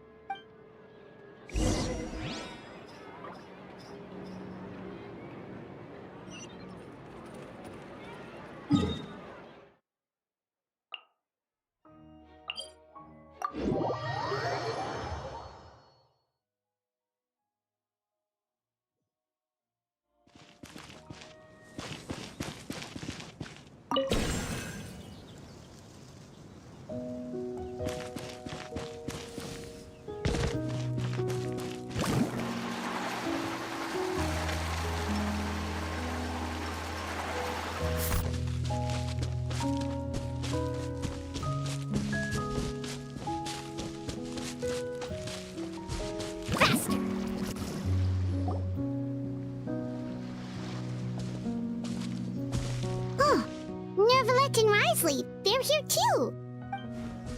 Good to see you, Traveler. Paimon. I trust all has been going well for you? Big news, everyone. The Udex is out of his office on important business. Is that genuinely something people would consider big news? Why wouldn't they? Important business is a big deal. Ah, yes, you're quite right. When someone you care about requires emotional support, being there for them at the right time and place is of the utmost importance. After reading the Maréchal Phantom's reports, I had a feeling a trip here might be in order. Take note. That, my friends, is how Monsieur Neuvillette shows that he cares. We're both here for the same purpose, actually, to accompany Seedween as she pays her respects to her late teacher. So the old friend she mentioned was her teacher then? The witch? Oh, sorry.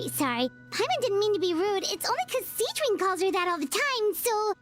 I doubt she considers that title to be offensive, Paimon. Don't worry. Indeed. In fact, I believe Seedween would take it as a sign of affection.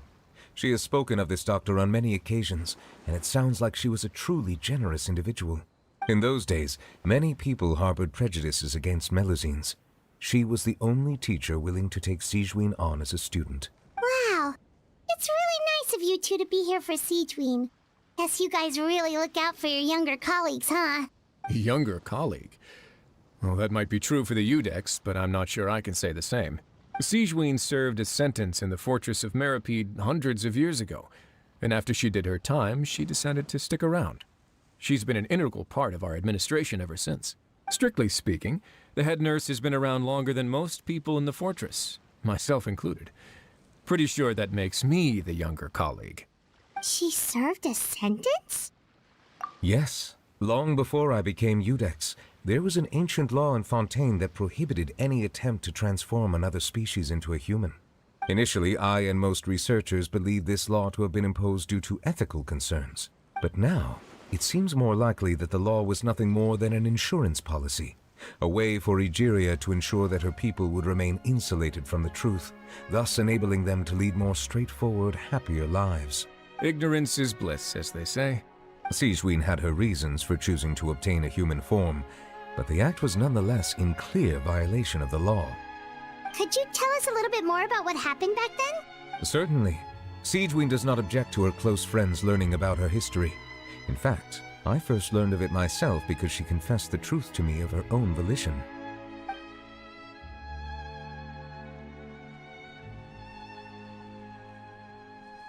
Even with their daughter so ill, they kicked you out?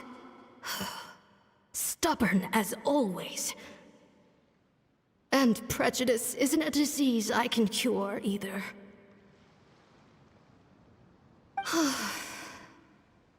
Shame that I don't have the energy to get over there. You're laughable, you old witch. You want to save everyone in Fontaine, but you can't even save the patient before you. Master, what are you...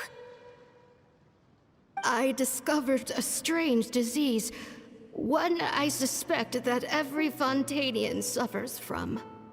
But without witnesses or proof, no one will believe me.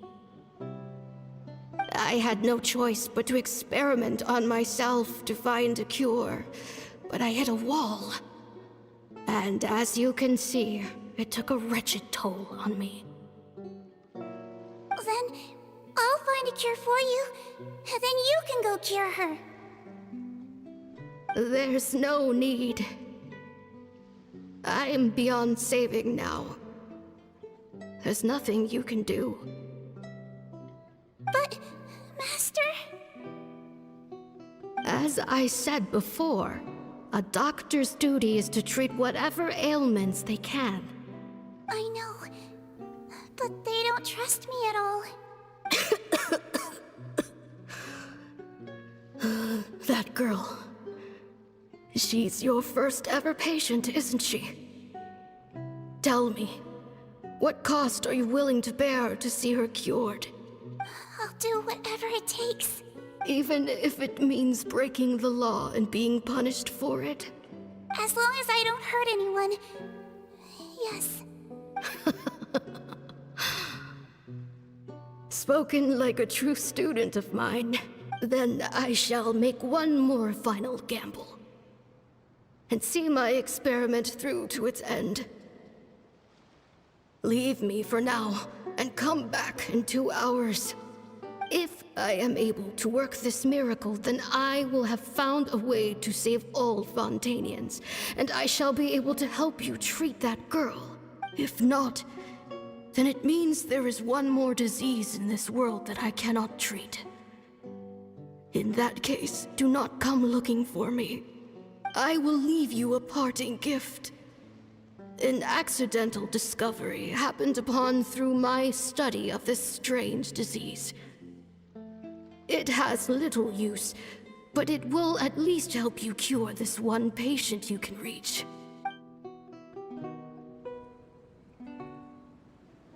When Sigewinne returned, the miracle had not occurred. She found a potion bottle and a note on the table. After using the potion as instructed, she gained her current form, breaking Fontaine's law in the process.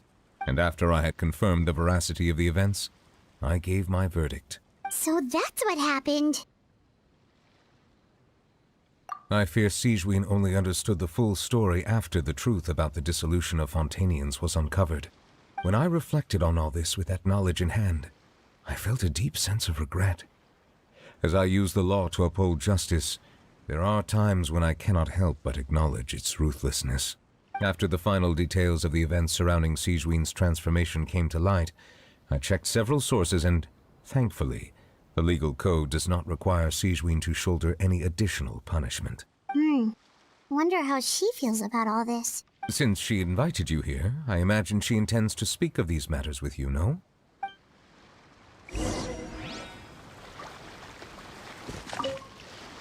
On behalf of the Maréchaussée Phantom, I would like to once again thank the Fortress of Meripede for your assistance in the response to yesterday's prison break. Our head nurse and the Traveler in Paimon did most of the heavy lifting, I would say.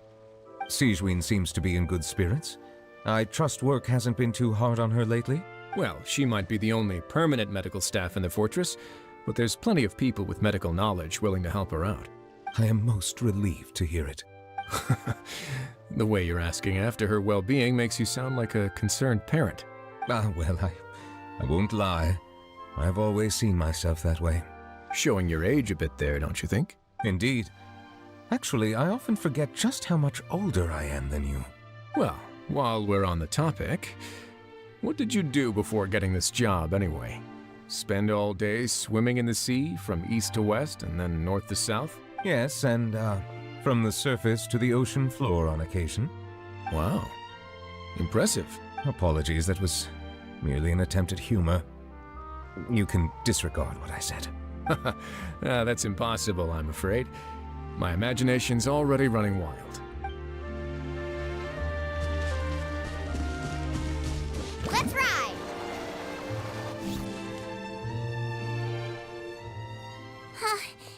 You're here. The old friend I mentioned was my teacher. When she passed, her body was nowhere to be found. All that's left of her is an empty tomb. And even that's deep underwater now. Sigewin, the witch who gave you the magic potion, she was your teacher, wasn't she? Sounds like Monsieur Neuvillette filled you in. After learning the truth, it must have been hard to process, huh? Well, to be honest, after I realized what really happened that night, my first thought was that it kind of made sense. It seemed exactly like the sort of thing she would do. But she was planning to sacrifice herself and never told you. That's just who she was.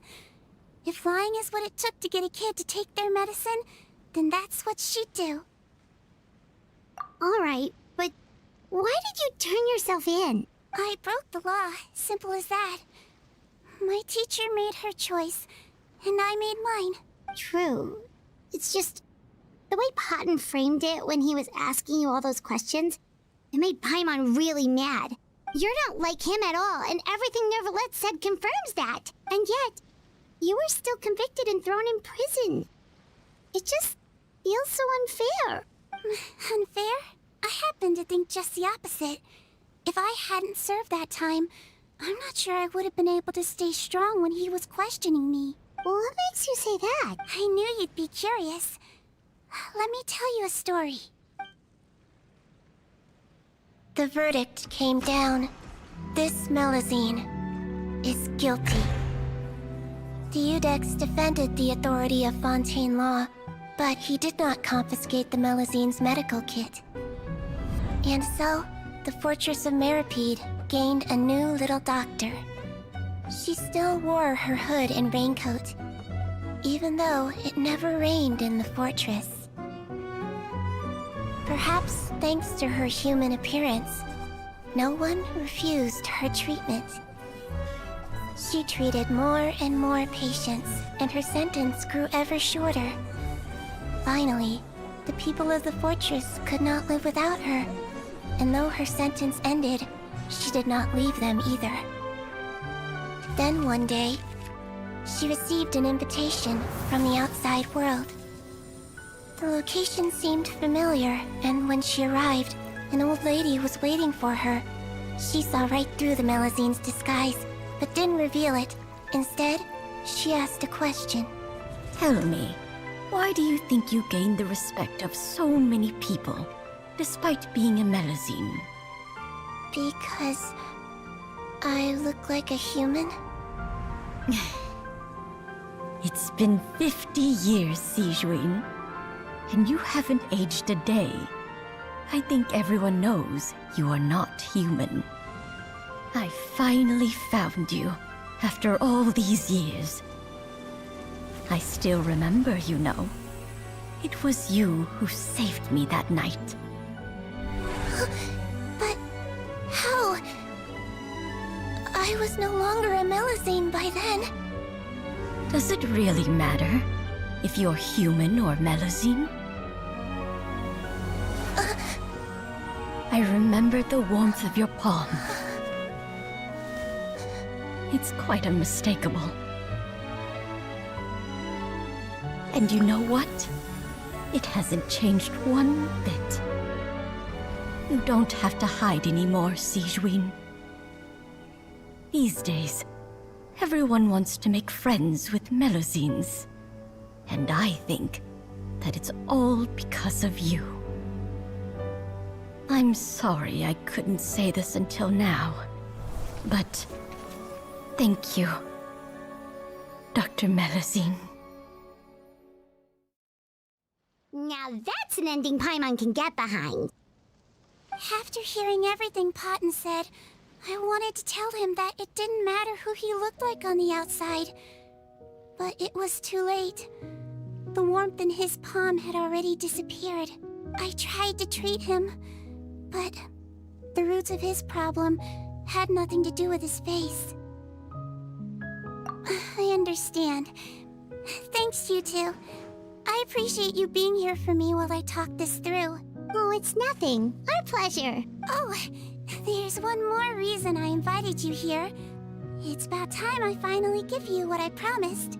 In order to restore the appearances of the face-swapping victims, the Marechaussee Phantom gave me special permission to make a few bottles of that potion. And I made one extra just for you two. We don't need it though. Shouldn't we destroy it? Well, even if you chose to destroy it, I still thought I should give it to you first. You two did so much for me. How could I break my promise? Well, fair enough, but anyway, Paimon's definitely not interested in this stuff anymore. Still, if this is the very last bottle in all of Teyvat, getting rid of it would feel like kind of a waste. Maybe we can give it a special meaning somehow. Oh, Paimon's got it!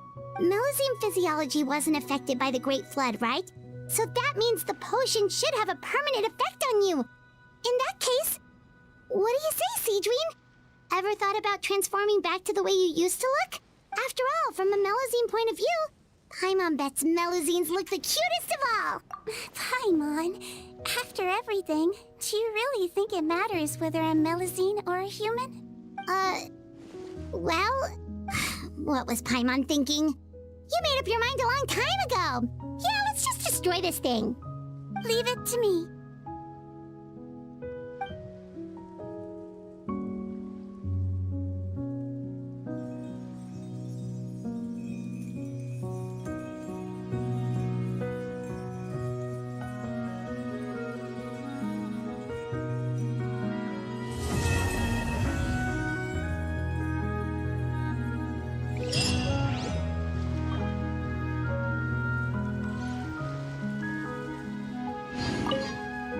I'd like to stay here with my teacher for a little longer.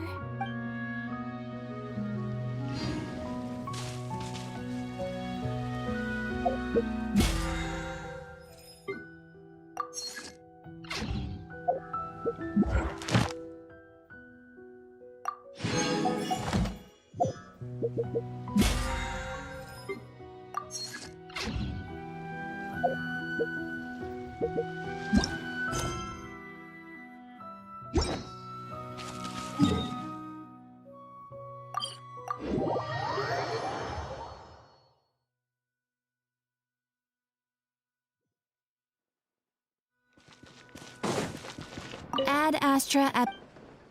Thank you for completing... Wanna come over and chat? Well, we could go to the hot spring. Sorry.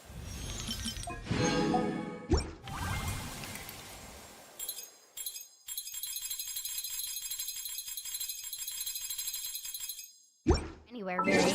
Nothing. picky. Get up or...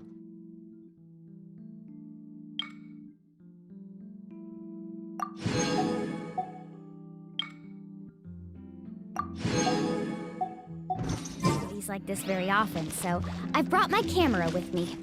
I'll even show you some cool poses and tricks. Trust me, we'll definitely get some carving waves!